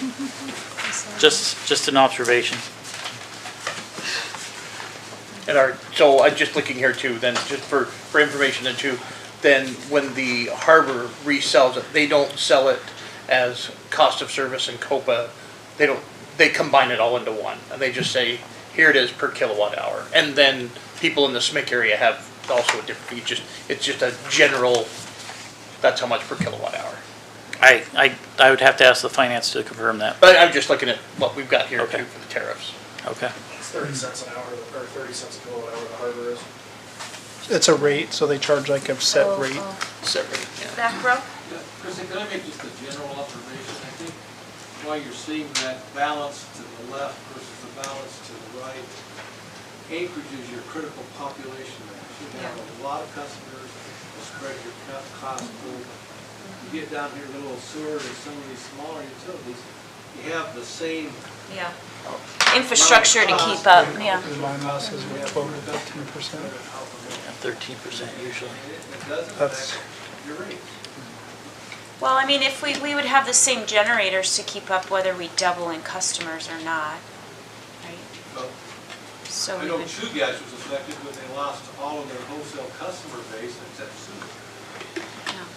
That means they had a lot more stuff to have to spread between all their rate bases and sewer is so wholesale customer. That has an impact. I can guarantee you folks that if the Sea Life Center closed its doors tomorrow, that 5 million kilowatt hours, 4.5 to 5 million kilowatt hours, that the Sea Life Center purchases every year, that cost that helps support this base to keep the utility intact here, pay the wages, whatever, is gonna have to get spread among far, throughout. You're not gonna have that same crystal mass. Your rate will go up. So that's just reality. There's a minimum amount of power that we're required to purchase? Is that the other piece? In the purchase From agreement. Chugach Electric? No, Oh, Not there's that not a I'm aware minimum of. purchase? not that I'm aware of.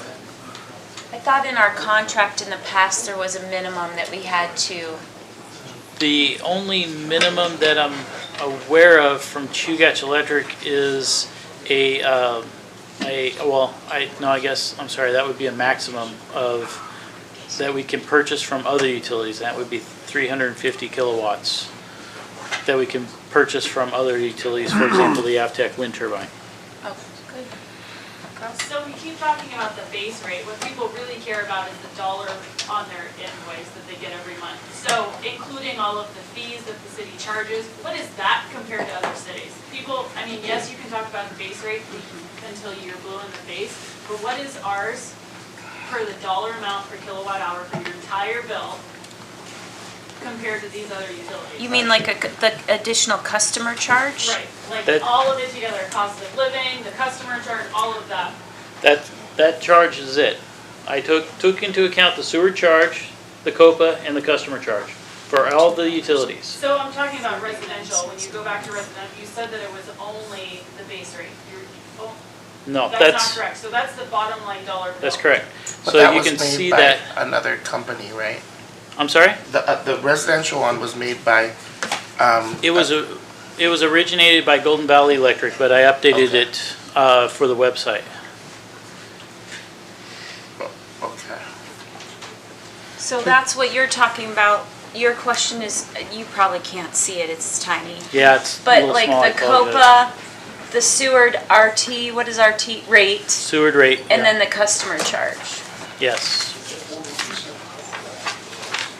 And then say again, what's the left versus the right? The left is the current rate structure that we have.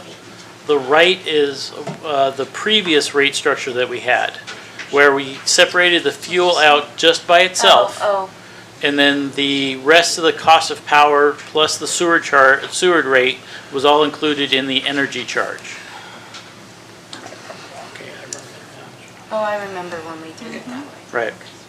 So, no, I was talking about the other slideshow that says residential right on it. I don't know, it's page 10. Yeah, That one? that one. So that rate right there, you said Seward is, $133.78. and so that is including our entire bill? Yes. Our customer charges, our everything? Yes, I'm sorry, you can't see the numbers very well, but the yellow, the green, the orange, and the red are those three sections of the bill. So the yellow is $19 or $21.84. The orange is $57.16, and then the red is $54.78. And those are the three parts of the bill: the COPA, the sewer rate, and the customer charge, and that adds up to $133.78. Okay. Also, just for something there too, when somebody calls up this document for the 2018 rate, for the rates there too, in that one it says 2150. Yes. And, yeah, and then we just need to, if we can, update that to 2184. If somebody can update that document. Oh, the customer charge? Yeah, on the customer charge, it's different. In the tariff? Okay. Yeah, that's when our and the one that we have on the website, Oh. it shows it at 2150. So that's for 2018? Yeah, Okay. it just needs to be updated to 2184. Okay. If you look at our No, rates they froze the compared rates to for Chugach, 2020, so it'll be the same. so we're also looking at 13% of our total power is lost in line transmission. Yeah, So when our rate's almost the same, 13% of that just goes right out the window. It's not my fault. There's no way they could do that.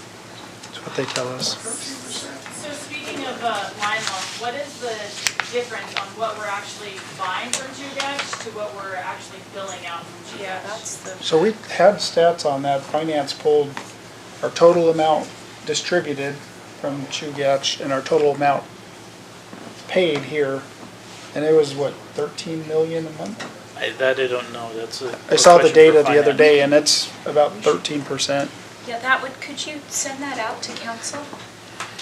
Send out to council what the, The difference between what we purchase and what we sell, right? Is that what you're saying? Yeah, I saw that on a like to see. FOIA request this week, last week. Oh, Which would be the direct profit or the direct difference between what was bought The and what delta. was paid for. And part of that's the loss and that's not just line loss. So the whole, so there's lights. there's street lights that are not being billed out, is that correct, or has that been taken care of? There may still be streetlights that are not being built out, but there's a lot of elements that we include in that generic term of line loss Are that, we billing for power factory yet? not yet. Why not? Because there's a We talked about contract that out. 3 years ago, There's a too. contract out right now. That's in the slideshow, but they have a contract, we hired a contractor to talk to companies, but it will get there. Public relations, yeah, and I'll address that here and later in the slide. most of our consumption is billed to the city. Unlike most municipalities that don't charge themselves. Oh. Yeah. So still, if you guys are looking that up anyways, it sounds like council would like to see that. So they're gonna inform you what the difference is, the percentages of what we're actually billing and what we're collecting money-wise and then what we're actually paying. You got that information will go to you. Could I just ask you to define out street lights, yard lights, really quickly for everybody, the difference and why we charge for those.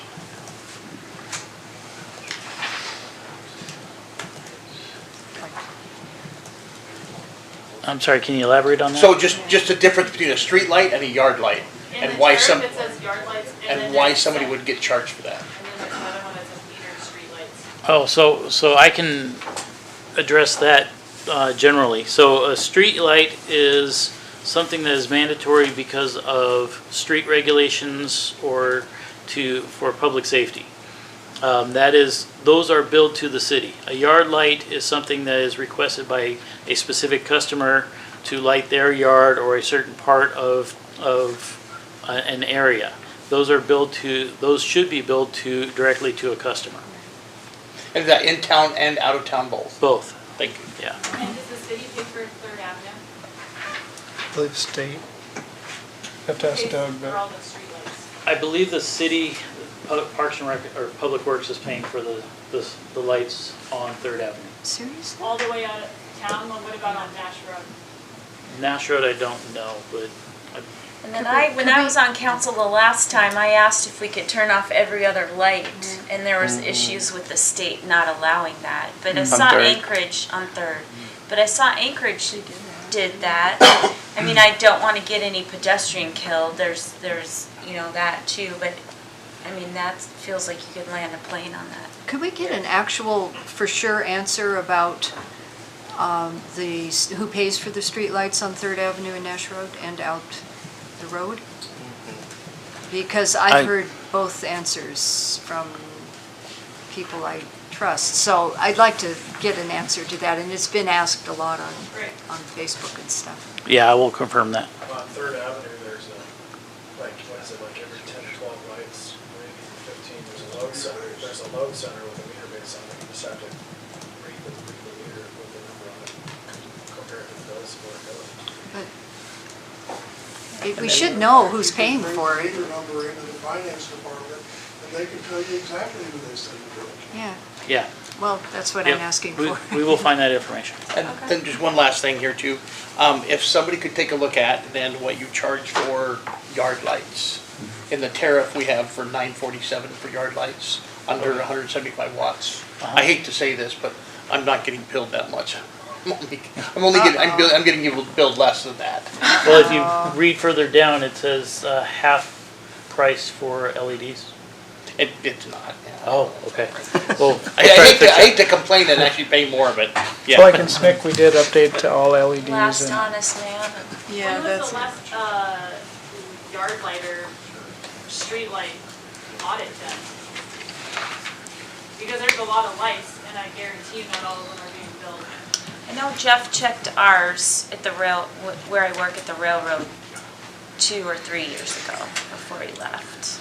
Intermittently, we've checked certain areas, but system-wide, we haven't done one. and a lot of these on like Second Avenue are private. So when we do the Christmas lights, it's like, oh, those are our poles, don't touch it.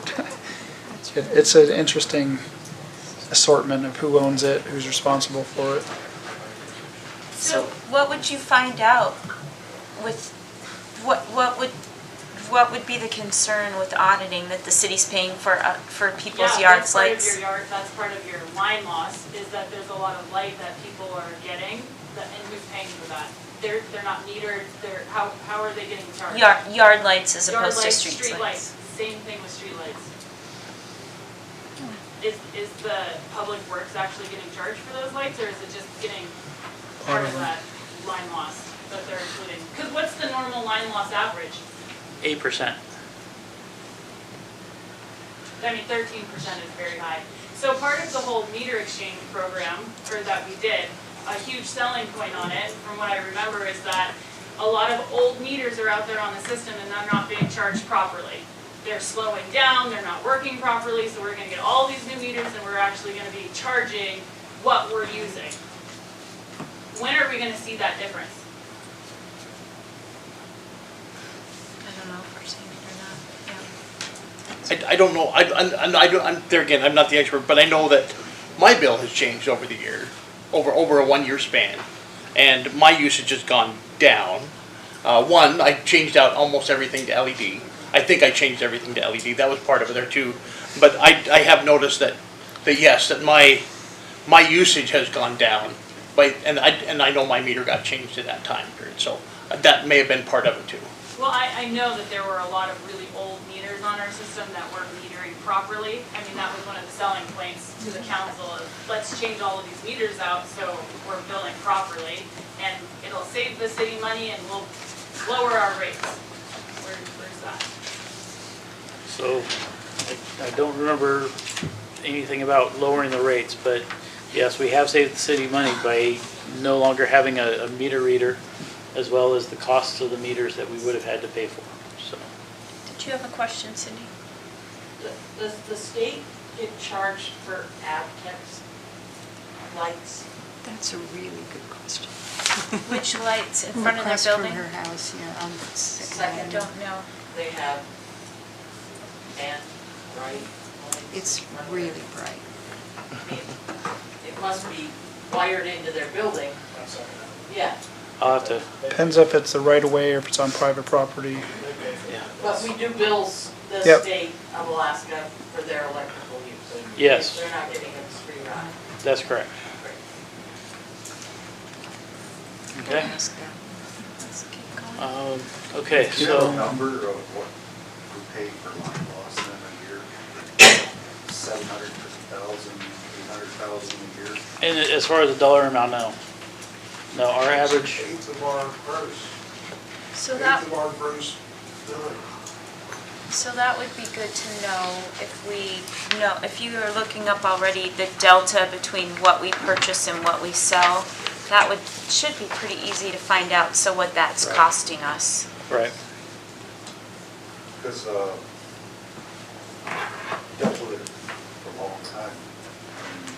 You gotta have balanced load. You gotta have capacitance to keep the motor load at equal balance. You definitely have to have your power factor in mind. right. And these are things that, that we can do to make the system better. Voltage regulators, keeping voltage up a little higher than what you think is normal.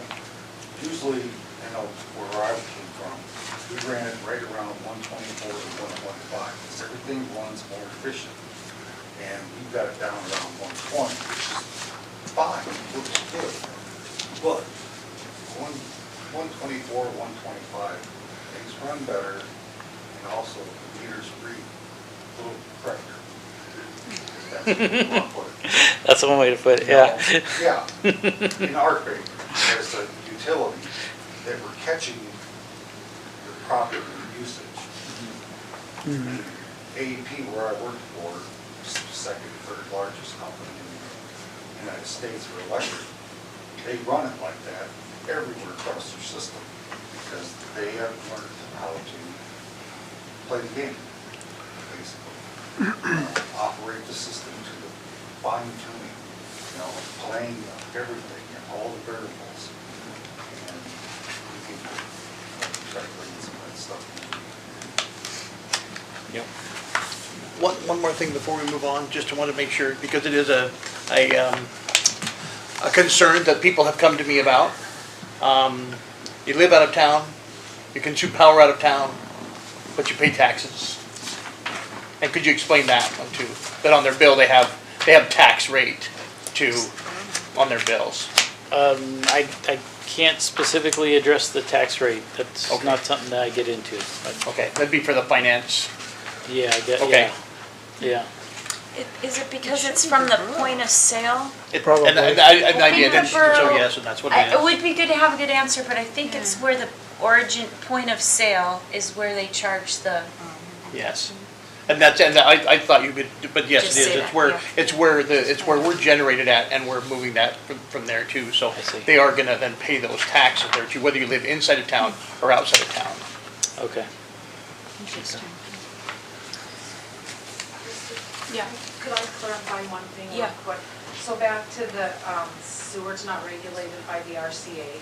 So if we were, I just want to be clear, so if we were generating our own power, we wouldn't be regulated by the RCA. That's But correct. because we're buying power from Chugach, they're regulated by the RCA. If they apply for an increase and they get an increase, do they pass that on to us? Yes, Okay, yes. okay, thank you. Well, let me further clarify that. So the way our tariff is set up, is that if Chugach has a rate increase or decrease, then our tariffs specifically passes that through to our customers through the COPA. So, but it's not based on who is generating power. So if we generated our own power, that's not the qualifier for us being regulated by the RCA. It gets passed to us through the COPA, not through the, That's correct, the COPA. oh.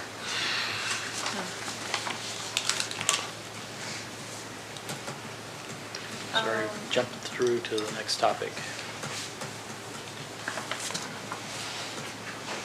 Okay, capital projects for 2020 and 2021.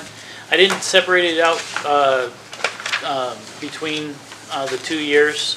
Just generally speaking, these are the projects that we're going to focus on for this budget cycle. Transmission, we need to get the Nash Road repaired. We haven't gone out for estimates yet, but based on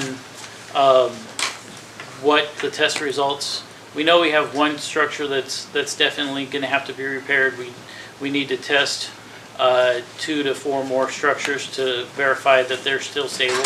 So depending on those results, it could fluctuate the price anywhere from 100 to 300,000. So that's my question. So that's just the repairs from the damage that happened recently? in December. Have we looked at all the rest of the poles out there? Yes, in fact, I have a study sitting in my office that was approved by the council 2 or 3 years ago to do the engineering and the design for all of Nash Road. So And that's on the CPI.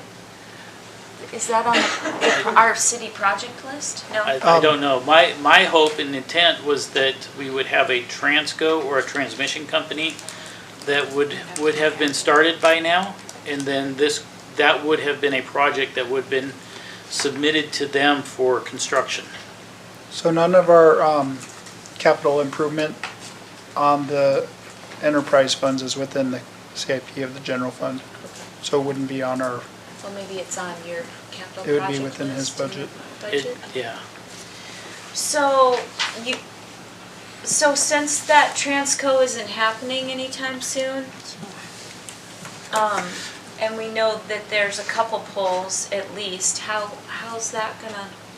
So now that we have a new finance director, I'm gonna sit down with her and discuss her options. The way I see it, we have 2 primary options. Either one, we can try to find grant funds. Probably our best bet would be federal grant funds for that. 2 is to try to set up a bond. Right now, the utility, the electric utility, only has one outstanding bond, and that was for the generator plant. So we're in pretty good shape right now, so there may be an opportunity for the utility to go out and do a bond for $2 to $3 million. But I want to get with the finance director to really hash that out. Was that to replace Nash Road transmission line? That's correct. Is there any way to bond the greater service area, or is that just going to be borne by the city? So if Taxpayers? If we do a bond, it would be to all of our ratepayers, which is our service area, not just the residents inside city limits. Didn't the utility hire an engineering firm already to do that study? Yeah, so I mentioned that 2 or 3 years ago. I've got the engineer design sitting in my office, waiting for construction. The costs now are gonna need to be updated because it's 2 or 3 years old, but the design is ready. I just know that we're putting a lot of energy into making SMIC successful No with the pun new intended. breakwater. Yeah, exactly. I don't know, that seems like a key. I'm sure there's lots of other things, but that seems like an important project. Yeah. Right. Is that including increasing the voltage over the SMIC or just replacing what you have now? The design I asked for was to design it to 115 kV, and the reason I asked for that design is because right now it's at 69 kV, but 115 kV would give us, first of all, it would give us more potential over at SMIC. Secondly, it gives us more options as far as what I loosely term the substation shuffle, which we're going to have to deal with at some point along the line, which is we have one transformer, substation transformer up at Longing Substation. We have one transformer over at Spring Creek Substation. Generally speaking, utility likes to have redundancy or dual transformers, so we're going to have to address that eventually. But if we have a 115 kV transmission line going over to SMIC, that would give us more flexibility as far as what we can do. Interested to know what the value of having 115 at SMIC is when you've got 69 at Fort Raymond and SMIC is fed from Fort Raymond. Your alternative there is to buy 4 115 kVA transformers so that you can put 2 at Longing, 2 at SMIC, 2 at Fort Raymond. Otherwise, you're going to get 69 kVA at Fort Raymond and send it out a 115 kVA line to the transformers out at Spring Creek. So, I think you're putting the cart before the horse here. You need to get the horse in the barn before you start upgrading the peripherals. so just to clarify, the Seward Highway transmission line has been built to 115 kV, even though it's operated at 69 kV all the way to Fort Raymond. There's seven structures to get from approximately Hemlock to Fort Raymond substation that still need to be upgraded to 115 kV. The substation, the transmission is stepped down at Longing substation from 115 to 69, which is what's coming into town, as well as going over to Nash Road. If we had a 115 kV transmission line going to both Fort Raymond as well as SMIC, then it could feasibly make it so that we only needed to purchase 1 transformer instead of 4 transformers, so that we could have 2 at Fort Raymond and 2 at SMIC and none at Longing Substation. But these are all options that we need to analyze. Okay. Let's keep going then. Okay, so the main distribution circuit that we really want to replace this year is Spring Creek Substation. Spring Creek Subdivision. Stony Creek? Did I say Spring Creek? Sorry. Thank you. Stony Creek Subdivision. That was designed. We were hoping to get it in last year, but things didn't work out. So this year, that's going to be our #1 priority as soon as thaw comes. So there's a couple of guys in the room here that are going to be doing that work specifically. So treat them good. A couple of years ago, we got Camelot done, and that was a big step. We did that in 3 phases, and so now Camelot's something that we won't need to worry about for a few more years. As far as the substation, we're going to upgrade the controls on Generator 6. That was a resolution that was passed by council, bless you, at the end of last year, 2019-096 for $250,000. They'll upgrade the controls on Generator 6, And that's one piece, and then another piece is upgrading the fencing around Fort Raymond. And when we do that, we're gonna analyze and see if we need to upgrade the ground grid, for Fort Raymond as well. Go ahead. What's a ground grid?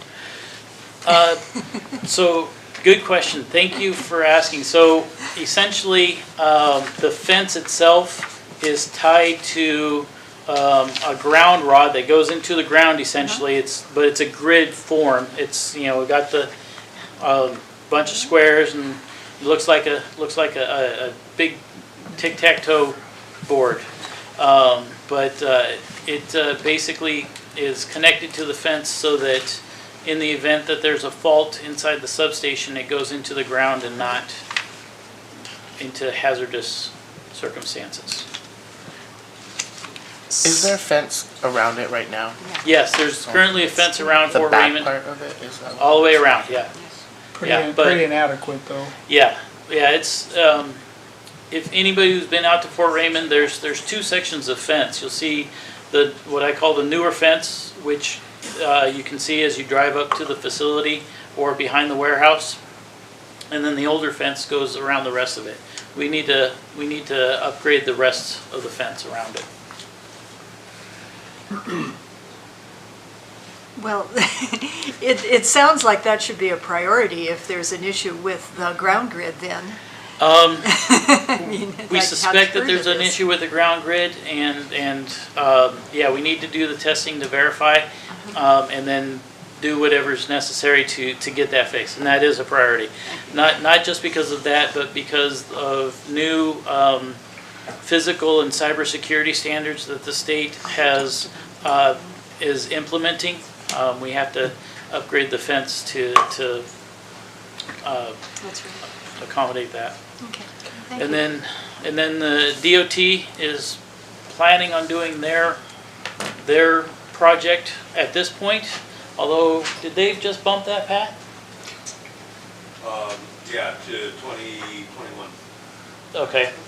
So that one's now, DOT bumped that one to 2021, the mile 17 to 25, but So we're is still that gonna when need to do it. you'll join with them on clearing? Is that what the? If Oh, that's their necessary. highway, and so we relocate our lines, or? That's Well, correct, yes. Yes, we will need to be relocating some of our distribution as well as some of our transmission line through that area. And we have to pay for that? No, actually, well, they will reimburse us. Okay. DOT will be reimbursing us for that. So the clearing of mile 18 to 22, the second item on the top for Yes. transmission? Yes. And then the other, mile 17 to 25, that's the same project? No. The same, No, those are not the same projects. And thank you that's a good question. So there are sections in there where our transmission line is next to the Seward Highway, but there's also sections where our transmission line is away from the Seward Highway. We still need to do the clearing on the sections that are away from the Seward Highway. The sections that are near the Seward Highway, the DOT will be compensating us for.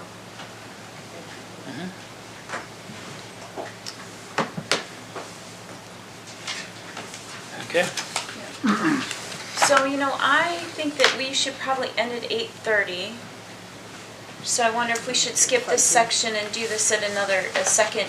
I think there should maybe be a second work session. I mean, there's some things to follow up from today, which it would be good to have more clarification for customers on their bills. We have some follow-up questions with purchase versus sell on that delta and what it's costing us. Some questions about streetlights and yard lights. Who pays?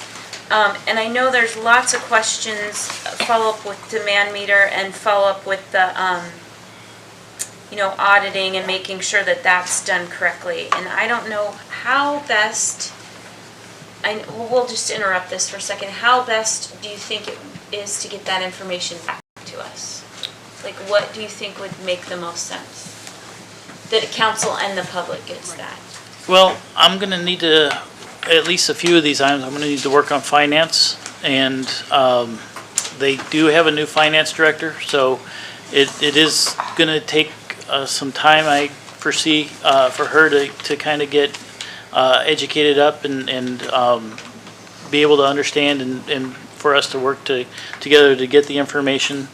My suggestion would be give me a tentative timeline, and then I come back and we come back to a regular council meeting to schedule another work session.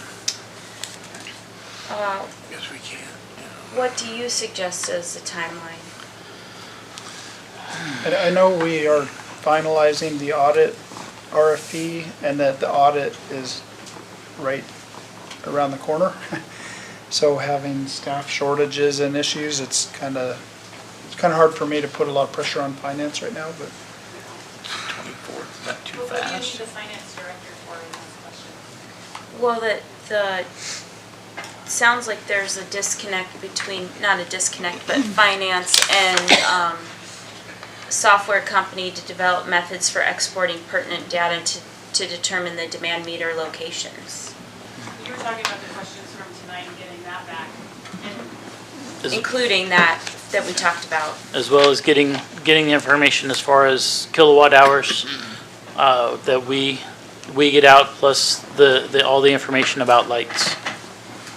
And our billing software can filter, so it's just how do you set those parameters, how do you screen them? I mean, most of that I would think's already happening with the large general service, because there aren't tons of them. There's only 20-ish. And like I said, if you're a large general service, if your bill's not like $4,500, like if your bill's only $1,200, you're not consuming enough to be in that threshold probably.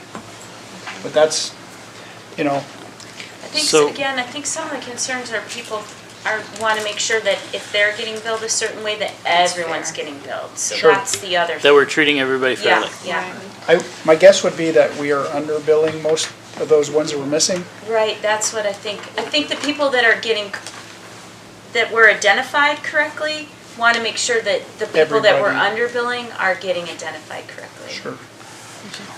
Maybe a suggestion would be to have it as a discussion item on the 24th council meeting In February? in February, and then I can update you then. Okay. Discussion item about it or setting another work A session? discussion item to set another work session? Or maybe just as far as an update, and then if we're ready, we can do set a work session. Okay. Mayor, I'd like to bring the issue that you're talking about up in terms of if you put a person with a red pen in a chair and that stack of bills, in 2 hours they can tell you who has gone over 25 kW. There's only about 300 commercial customers. There's only about 300 meters that actually register kW. That's a good suggestion. So you can do that by hand. And this is the thing about we can't do it because we can't get the computer to do it, is smoke. It's smoke and mirrors. And they've been No, we're not saying that. We have done that. We just want to triple check it to make sure we're not missing individuals. Okay. It's been done and done again, but we want to make sure we're not. I'll make sure it's. So if we're projecting that we haven't done that, that's not accurate. Sorry. Okay. So, I think selling the utility is gonna take longer, but I do wanna get to the, let's talk about the power factor. That's math. Yeah, you like that. I like math. I didn't bring my slide rule.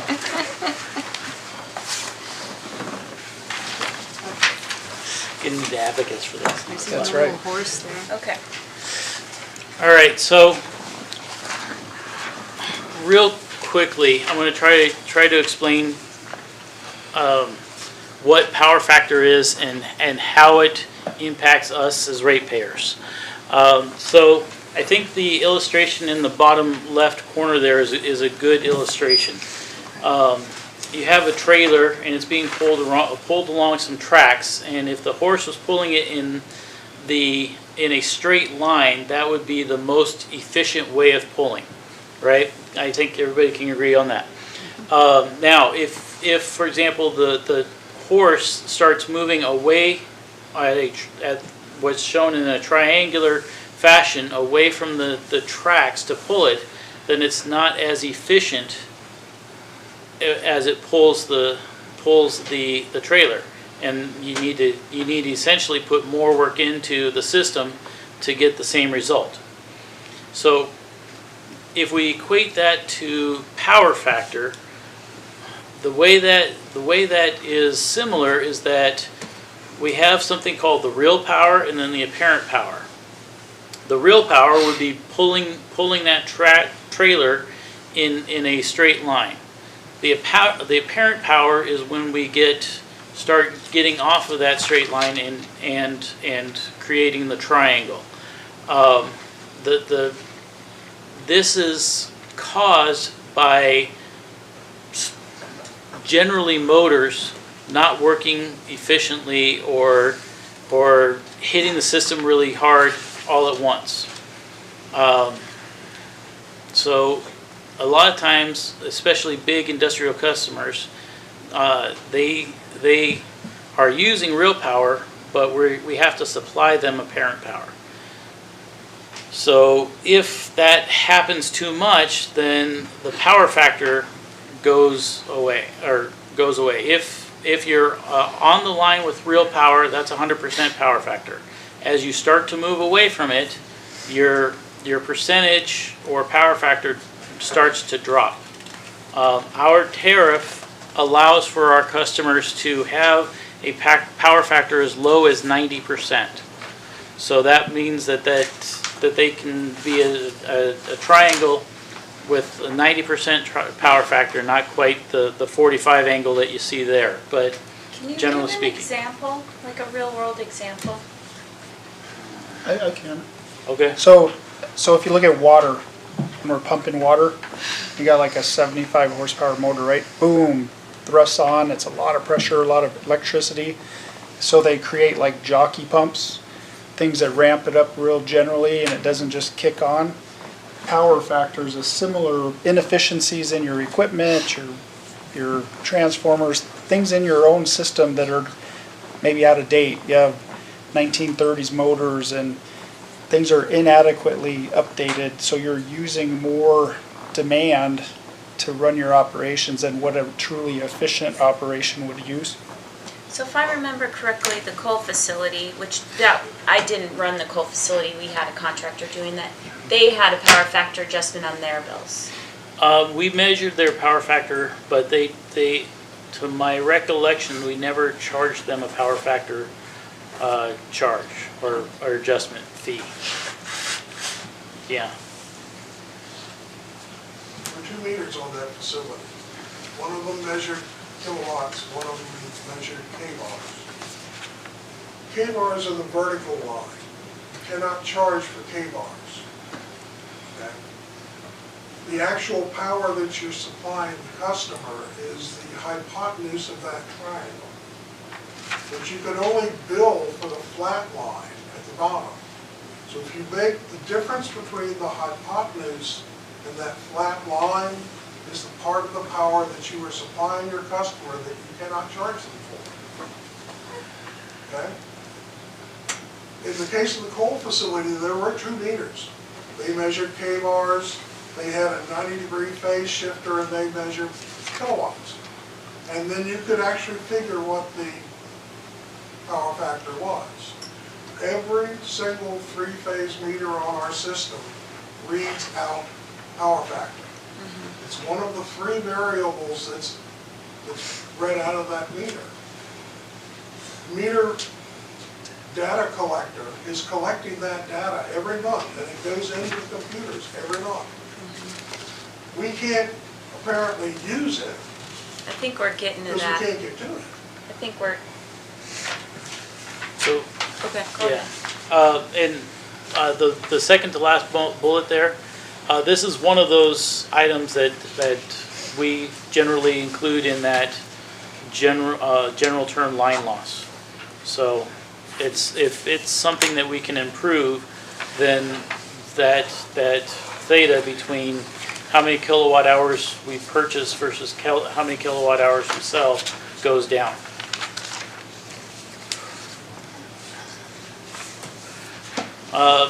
Yeah, just, that's the calculation for the math geeks in the room. How did I'll you- pass. Where does that come from? The Are we looking at power this? factor? Yeah, no, that the mathematicians. equation. Oh, so if you look at that triangle on the Yeah, top right I'm- corner, basically if you I use. got that, I got all that. If you use the trig on that equation, then as you go through it, you'll get this. That's the teacher coming out right there. I'm Yes. not buying Yeah. it. Yes. It's right beyond my mathematical Yes. knowledge. Ratio between the keyboards and the kilowatts.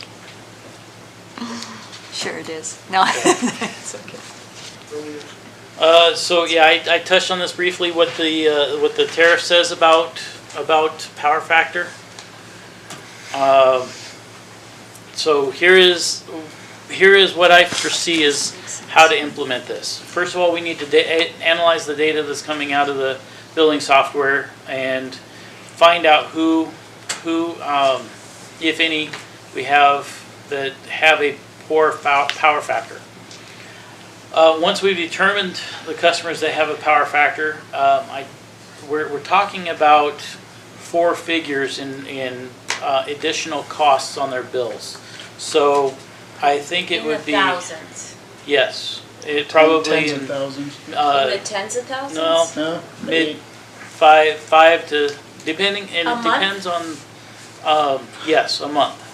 And it depends on the customer, how big the customer is, and how much power they're using. So it's a really, really big variable there, but the worst case scenario we're talking about is, $5,000 a month. I have a question real quick. Yeah. The mayor and I we're lucky to meet with some people from JAG who already are unhappy with their electric bills. I don't think that it's advantageous to be adding more to businesses' electric bills. Are there other ways, like you said, if it's old equipment or things that are contributing to this, to work with the businesses to figure out how to lessen this without, Yeah, and I'm glad you brought that up, because that's one of the steps in how to implement, is that I think it's irresponsible for the utility to discover what the power factor is and then just immediately start charging customers. Because we as a utility have not done that part, even though it's common amongst all utilities throughout the country. We have not done that. So to implement that charge, I think it would be irresponsible for us to just start implementing it. So the intent would be to notify those that do have a poor power factor, let them know that they do have options out there, give them some, give them some direction. We can't specifically tell them to go talk to so-and-so because we're a city, that's not permitted, but let them know that there are entities out there that can help them, that can analyze their systems, help them solve their power factor problems, so that they do not get charged. And then work with them, work with those customers to solve it before we start implementing a charge on people's bills. Got a better way of explaining power factor. You got a glass. This is your apparent power. Or pop or beer, something that's going to foam. Whatever is your solid liquid is your real. This would be the reactive power, the foam on top. The stuff that you really can't use, but it's still in the glass, Yeah. you're going to pay for it. So, But your customer's not. the customer's not. Customer doesn't. That's where capacitors and stuff like that improves your line loss, So, comes into play. but we as ratepayers are all paying for Contribute that. to covering that cost. And that's really the issue, is that your residential people are subsidizing businesses that have poor power factors. For instance, AT&T had a power factor of 0.45 last time I checked their meter. That was in October. It was AT&T. 0.8 last time you checked. Where's? 0.28. It's supposed to be 0.9. Who's paying the difference? You are. It's going on your bill. You pay the difference, we pay the difference. We have 13% line losses because of things like this. So I think, so you've hired a contractor. So the contractor, and I want to be specific about this, the contractor is just a public relations to help us contact these customers that may potentially be suffering from poor power factors, so that, so that's where that person comes in, is they're going to be the public relations that we're going to work with. That's probably smart. But how, I'll let you go. So what would be the incentive for the business to update to lessen their power factor?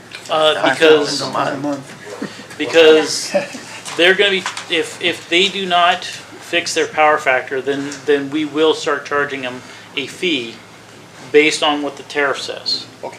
So what is the timeline to start identifying those and coming up with the list and then working with the PR and helping those people get their power factor adjustment? And then, is it 6 months from now we're gonna start billing them, or? Start billing, I think, is more of a moving target. I think that's going to be contingent on the willingness of the customers to try to fix their power factor, and you know the resources that they have available to be able, and you know how they show that they are working towards fixing the power factor. Question. Yeah. So before we get into another debacle, like the demand reader policy thing, maybe we should clearly outline a policy that would come forward, that would outline what would happen and how it would happen before any decisions were being made on, you know, going out and hiring a firm to deal with public relations that had no clear policy to say, well, this is the policy, and this is how we're gonna deal with it. And a lot of the customers that have, you know, 65,000 a month electric bills, they have electrical engineers and people investigating, hey, how do we efficientize our system? What can we do? So most of those we've actually had, they self-initiated doing some corrective actions. Yeah, I mean, the Sea Life Center is So one. like AT&T is an example. Do they know that they have a bad power factor? Yes. And are they fixing it? Why would they? Why would you fix it? They have no penalty or reason to correct it. So that's where we're trying to be careful that we're not penalizing the companies that we need to stay. It's already in the It's been in code the right now. code for 20 years. Power factor isn't something that's. I know, but, so do you hear the concerns though? There's some key cornerstone companies in this town that I'm sure are gonna be hit with this charge that we could put out of business. That we wanna, yeah, I mean, you know, we have people that maybe have 100 employees that we put out of business potentially. I'm just guessing, because like, if you're using a lot of power, you have a lot of employees. Let's not put people out of business. So we need to do this logically and balanced. Right. So that's what we're talking to the city about. And in the lower 48, what they do is somebody from the utility goes and consults with them and says, you have a very poor power factor. Let's talk about it. We So- can help you fix it. So is that who we, Which is is that why what this we're contractor? contracting, yes. So Yes. when is this That's what the contractor gonna, contractor's doing. so are they talking to people or what's? Not yet. We need to analyze the data first. Okay, so let's talk about analyzing the data. What's that timeline look like? That's another one I should probably come back to you on the council meeting date and give you more information on that. Just put it How all can we together. hire someone to talk to people if we don't know how to collect the data? I don't think they're getting paid yet, are they? No, not When getting does their paid yet. contract start? We set it up as a project so that it started in December, and since it's a project, it just carried over to this year. So, They're not getting paid because they're not doing any work yet. correct. That's what our meter tech guy should do. And he would be the first point of contact for these places. That's what we would do down there. If somebody had a bad power factor, our meter electricians would go there, tell them what they needed to do, help them get what electrician could come in there and remedy it. Not only does it improve the system for the people, it improves the bill for the customer overall, because everything starts running more efficient, so they're not using as much. I mean, nobody wants to put anybody out of business. Yeah. We just want to change the way. No, and I things are don't done think you're- So that we can actually have an efficient electric system, so that we don't have to pay 24 cents a kilowatt hour. But if the electric system gets efficient enough, then and we start using less power, then we drop below thresholds and our power costs more. So maybe we want to let these people waste power, right? We're not wasting it, we're paying for it. So let's back up, because I think we first need to identify who we're talking about, which we haven't been able to do that yet. So what's Yeah, the timeline and to I- identify? And I would caution, I know some citizens brought up names of companies, and we as employees don't do that. I can't say, Yeah. Right. Christie Terry Incorporated, they're doing all that. We're not at liberty to discuss individual customers. So, but do we have that list yet? No, not yet. Okay. I don't think we need to know who it is. We Right. want to know that you know who it is, so we Yeah. can address it. I think that's what she's saying. Generally speaking, we're talking about very large industrial customers. Well, if you know, then And that's generally speaking. We don't know specifically who it is yet. So again, timeline for identifying, because I know when the contract came before council, we didn't have a list of, a number. So what's the timeline for identifying those customers? And I suggest that that's another item that we discuss at the 24th council meeting, so that I can get with the new finance director. what's the deadline? Okay. Do we have the know-how to figure it out? I mean, Power Factor isn't new. We know that we haven't been charging it for the last how many years? Is it looking through the bills and, Should be. But should you be. can't get all that formula just by looking at a bill. so by the 24th, you'll come to us with the timeline, either that you've already developed the list or the timeline on how long it's gonna take. Yeah. Okay. Say 30. Okay. Okay. So, We've already gone over the concerns. yeah, we'll get going, but on the 24th, so here's my question. Are you gonna put the title of that on the agenda with the clerk? Or We can do that. you guys will get with the clerk and make sure she has the title for what that looks like? We could do that. The agenda statement. Okay, any final questions or comments? This was good. So there's follow-up on the 24th, going to the council meeting to set the next work session on discussing these topics again. So if you have any questions, Or the topics we missed. or the topics we well, missed. the Yeah, part I we mean, didn't yeah. finish. So if you have any questions, so if the public has questions, send them to Bring them in, clerk. front desk. Okay, finance Is this director. point just to discuss when we're gonna discuss it again? Yes. Well, I mean, so they're gonna, you have to understand, at a city council meeting, we're not gonna have the same Right, ability to right. discuss. So at the 24th, we're gonna have a timeline, because we talked about a lot of things with the timeline, so we're gonna have some things outlined. I mean, we're moving forward on a number of items. There's a lot of things that we're talking about. So questions can go to clerk, or even directly to John if there's questions, or clerk. As far as protocols, I think it would be appropriate to go to Brenda first. But if, And maybe the clerk has something or to if say on someone that, has but- questions about, okay. And then the other thing is, just lost what the other thing was. Must have been a lie. Okay, that sounds good. We'll adjourn. Well, I learned some stuff. Yeah, no, that was pretty comprehensive.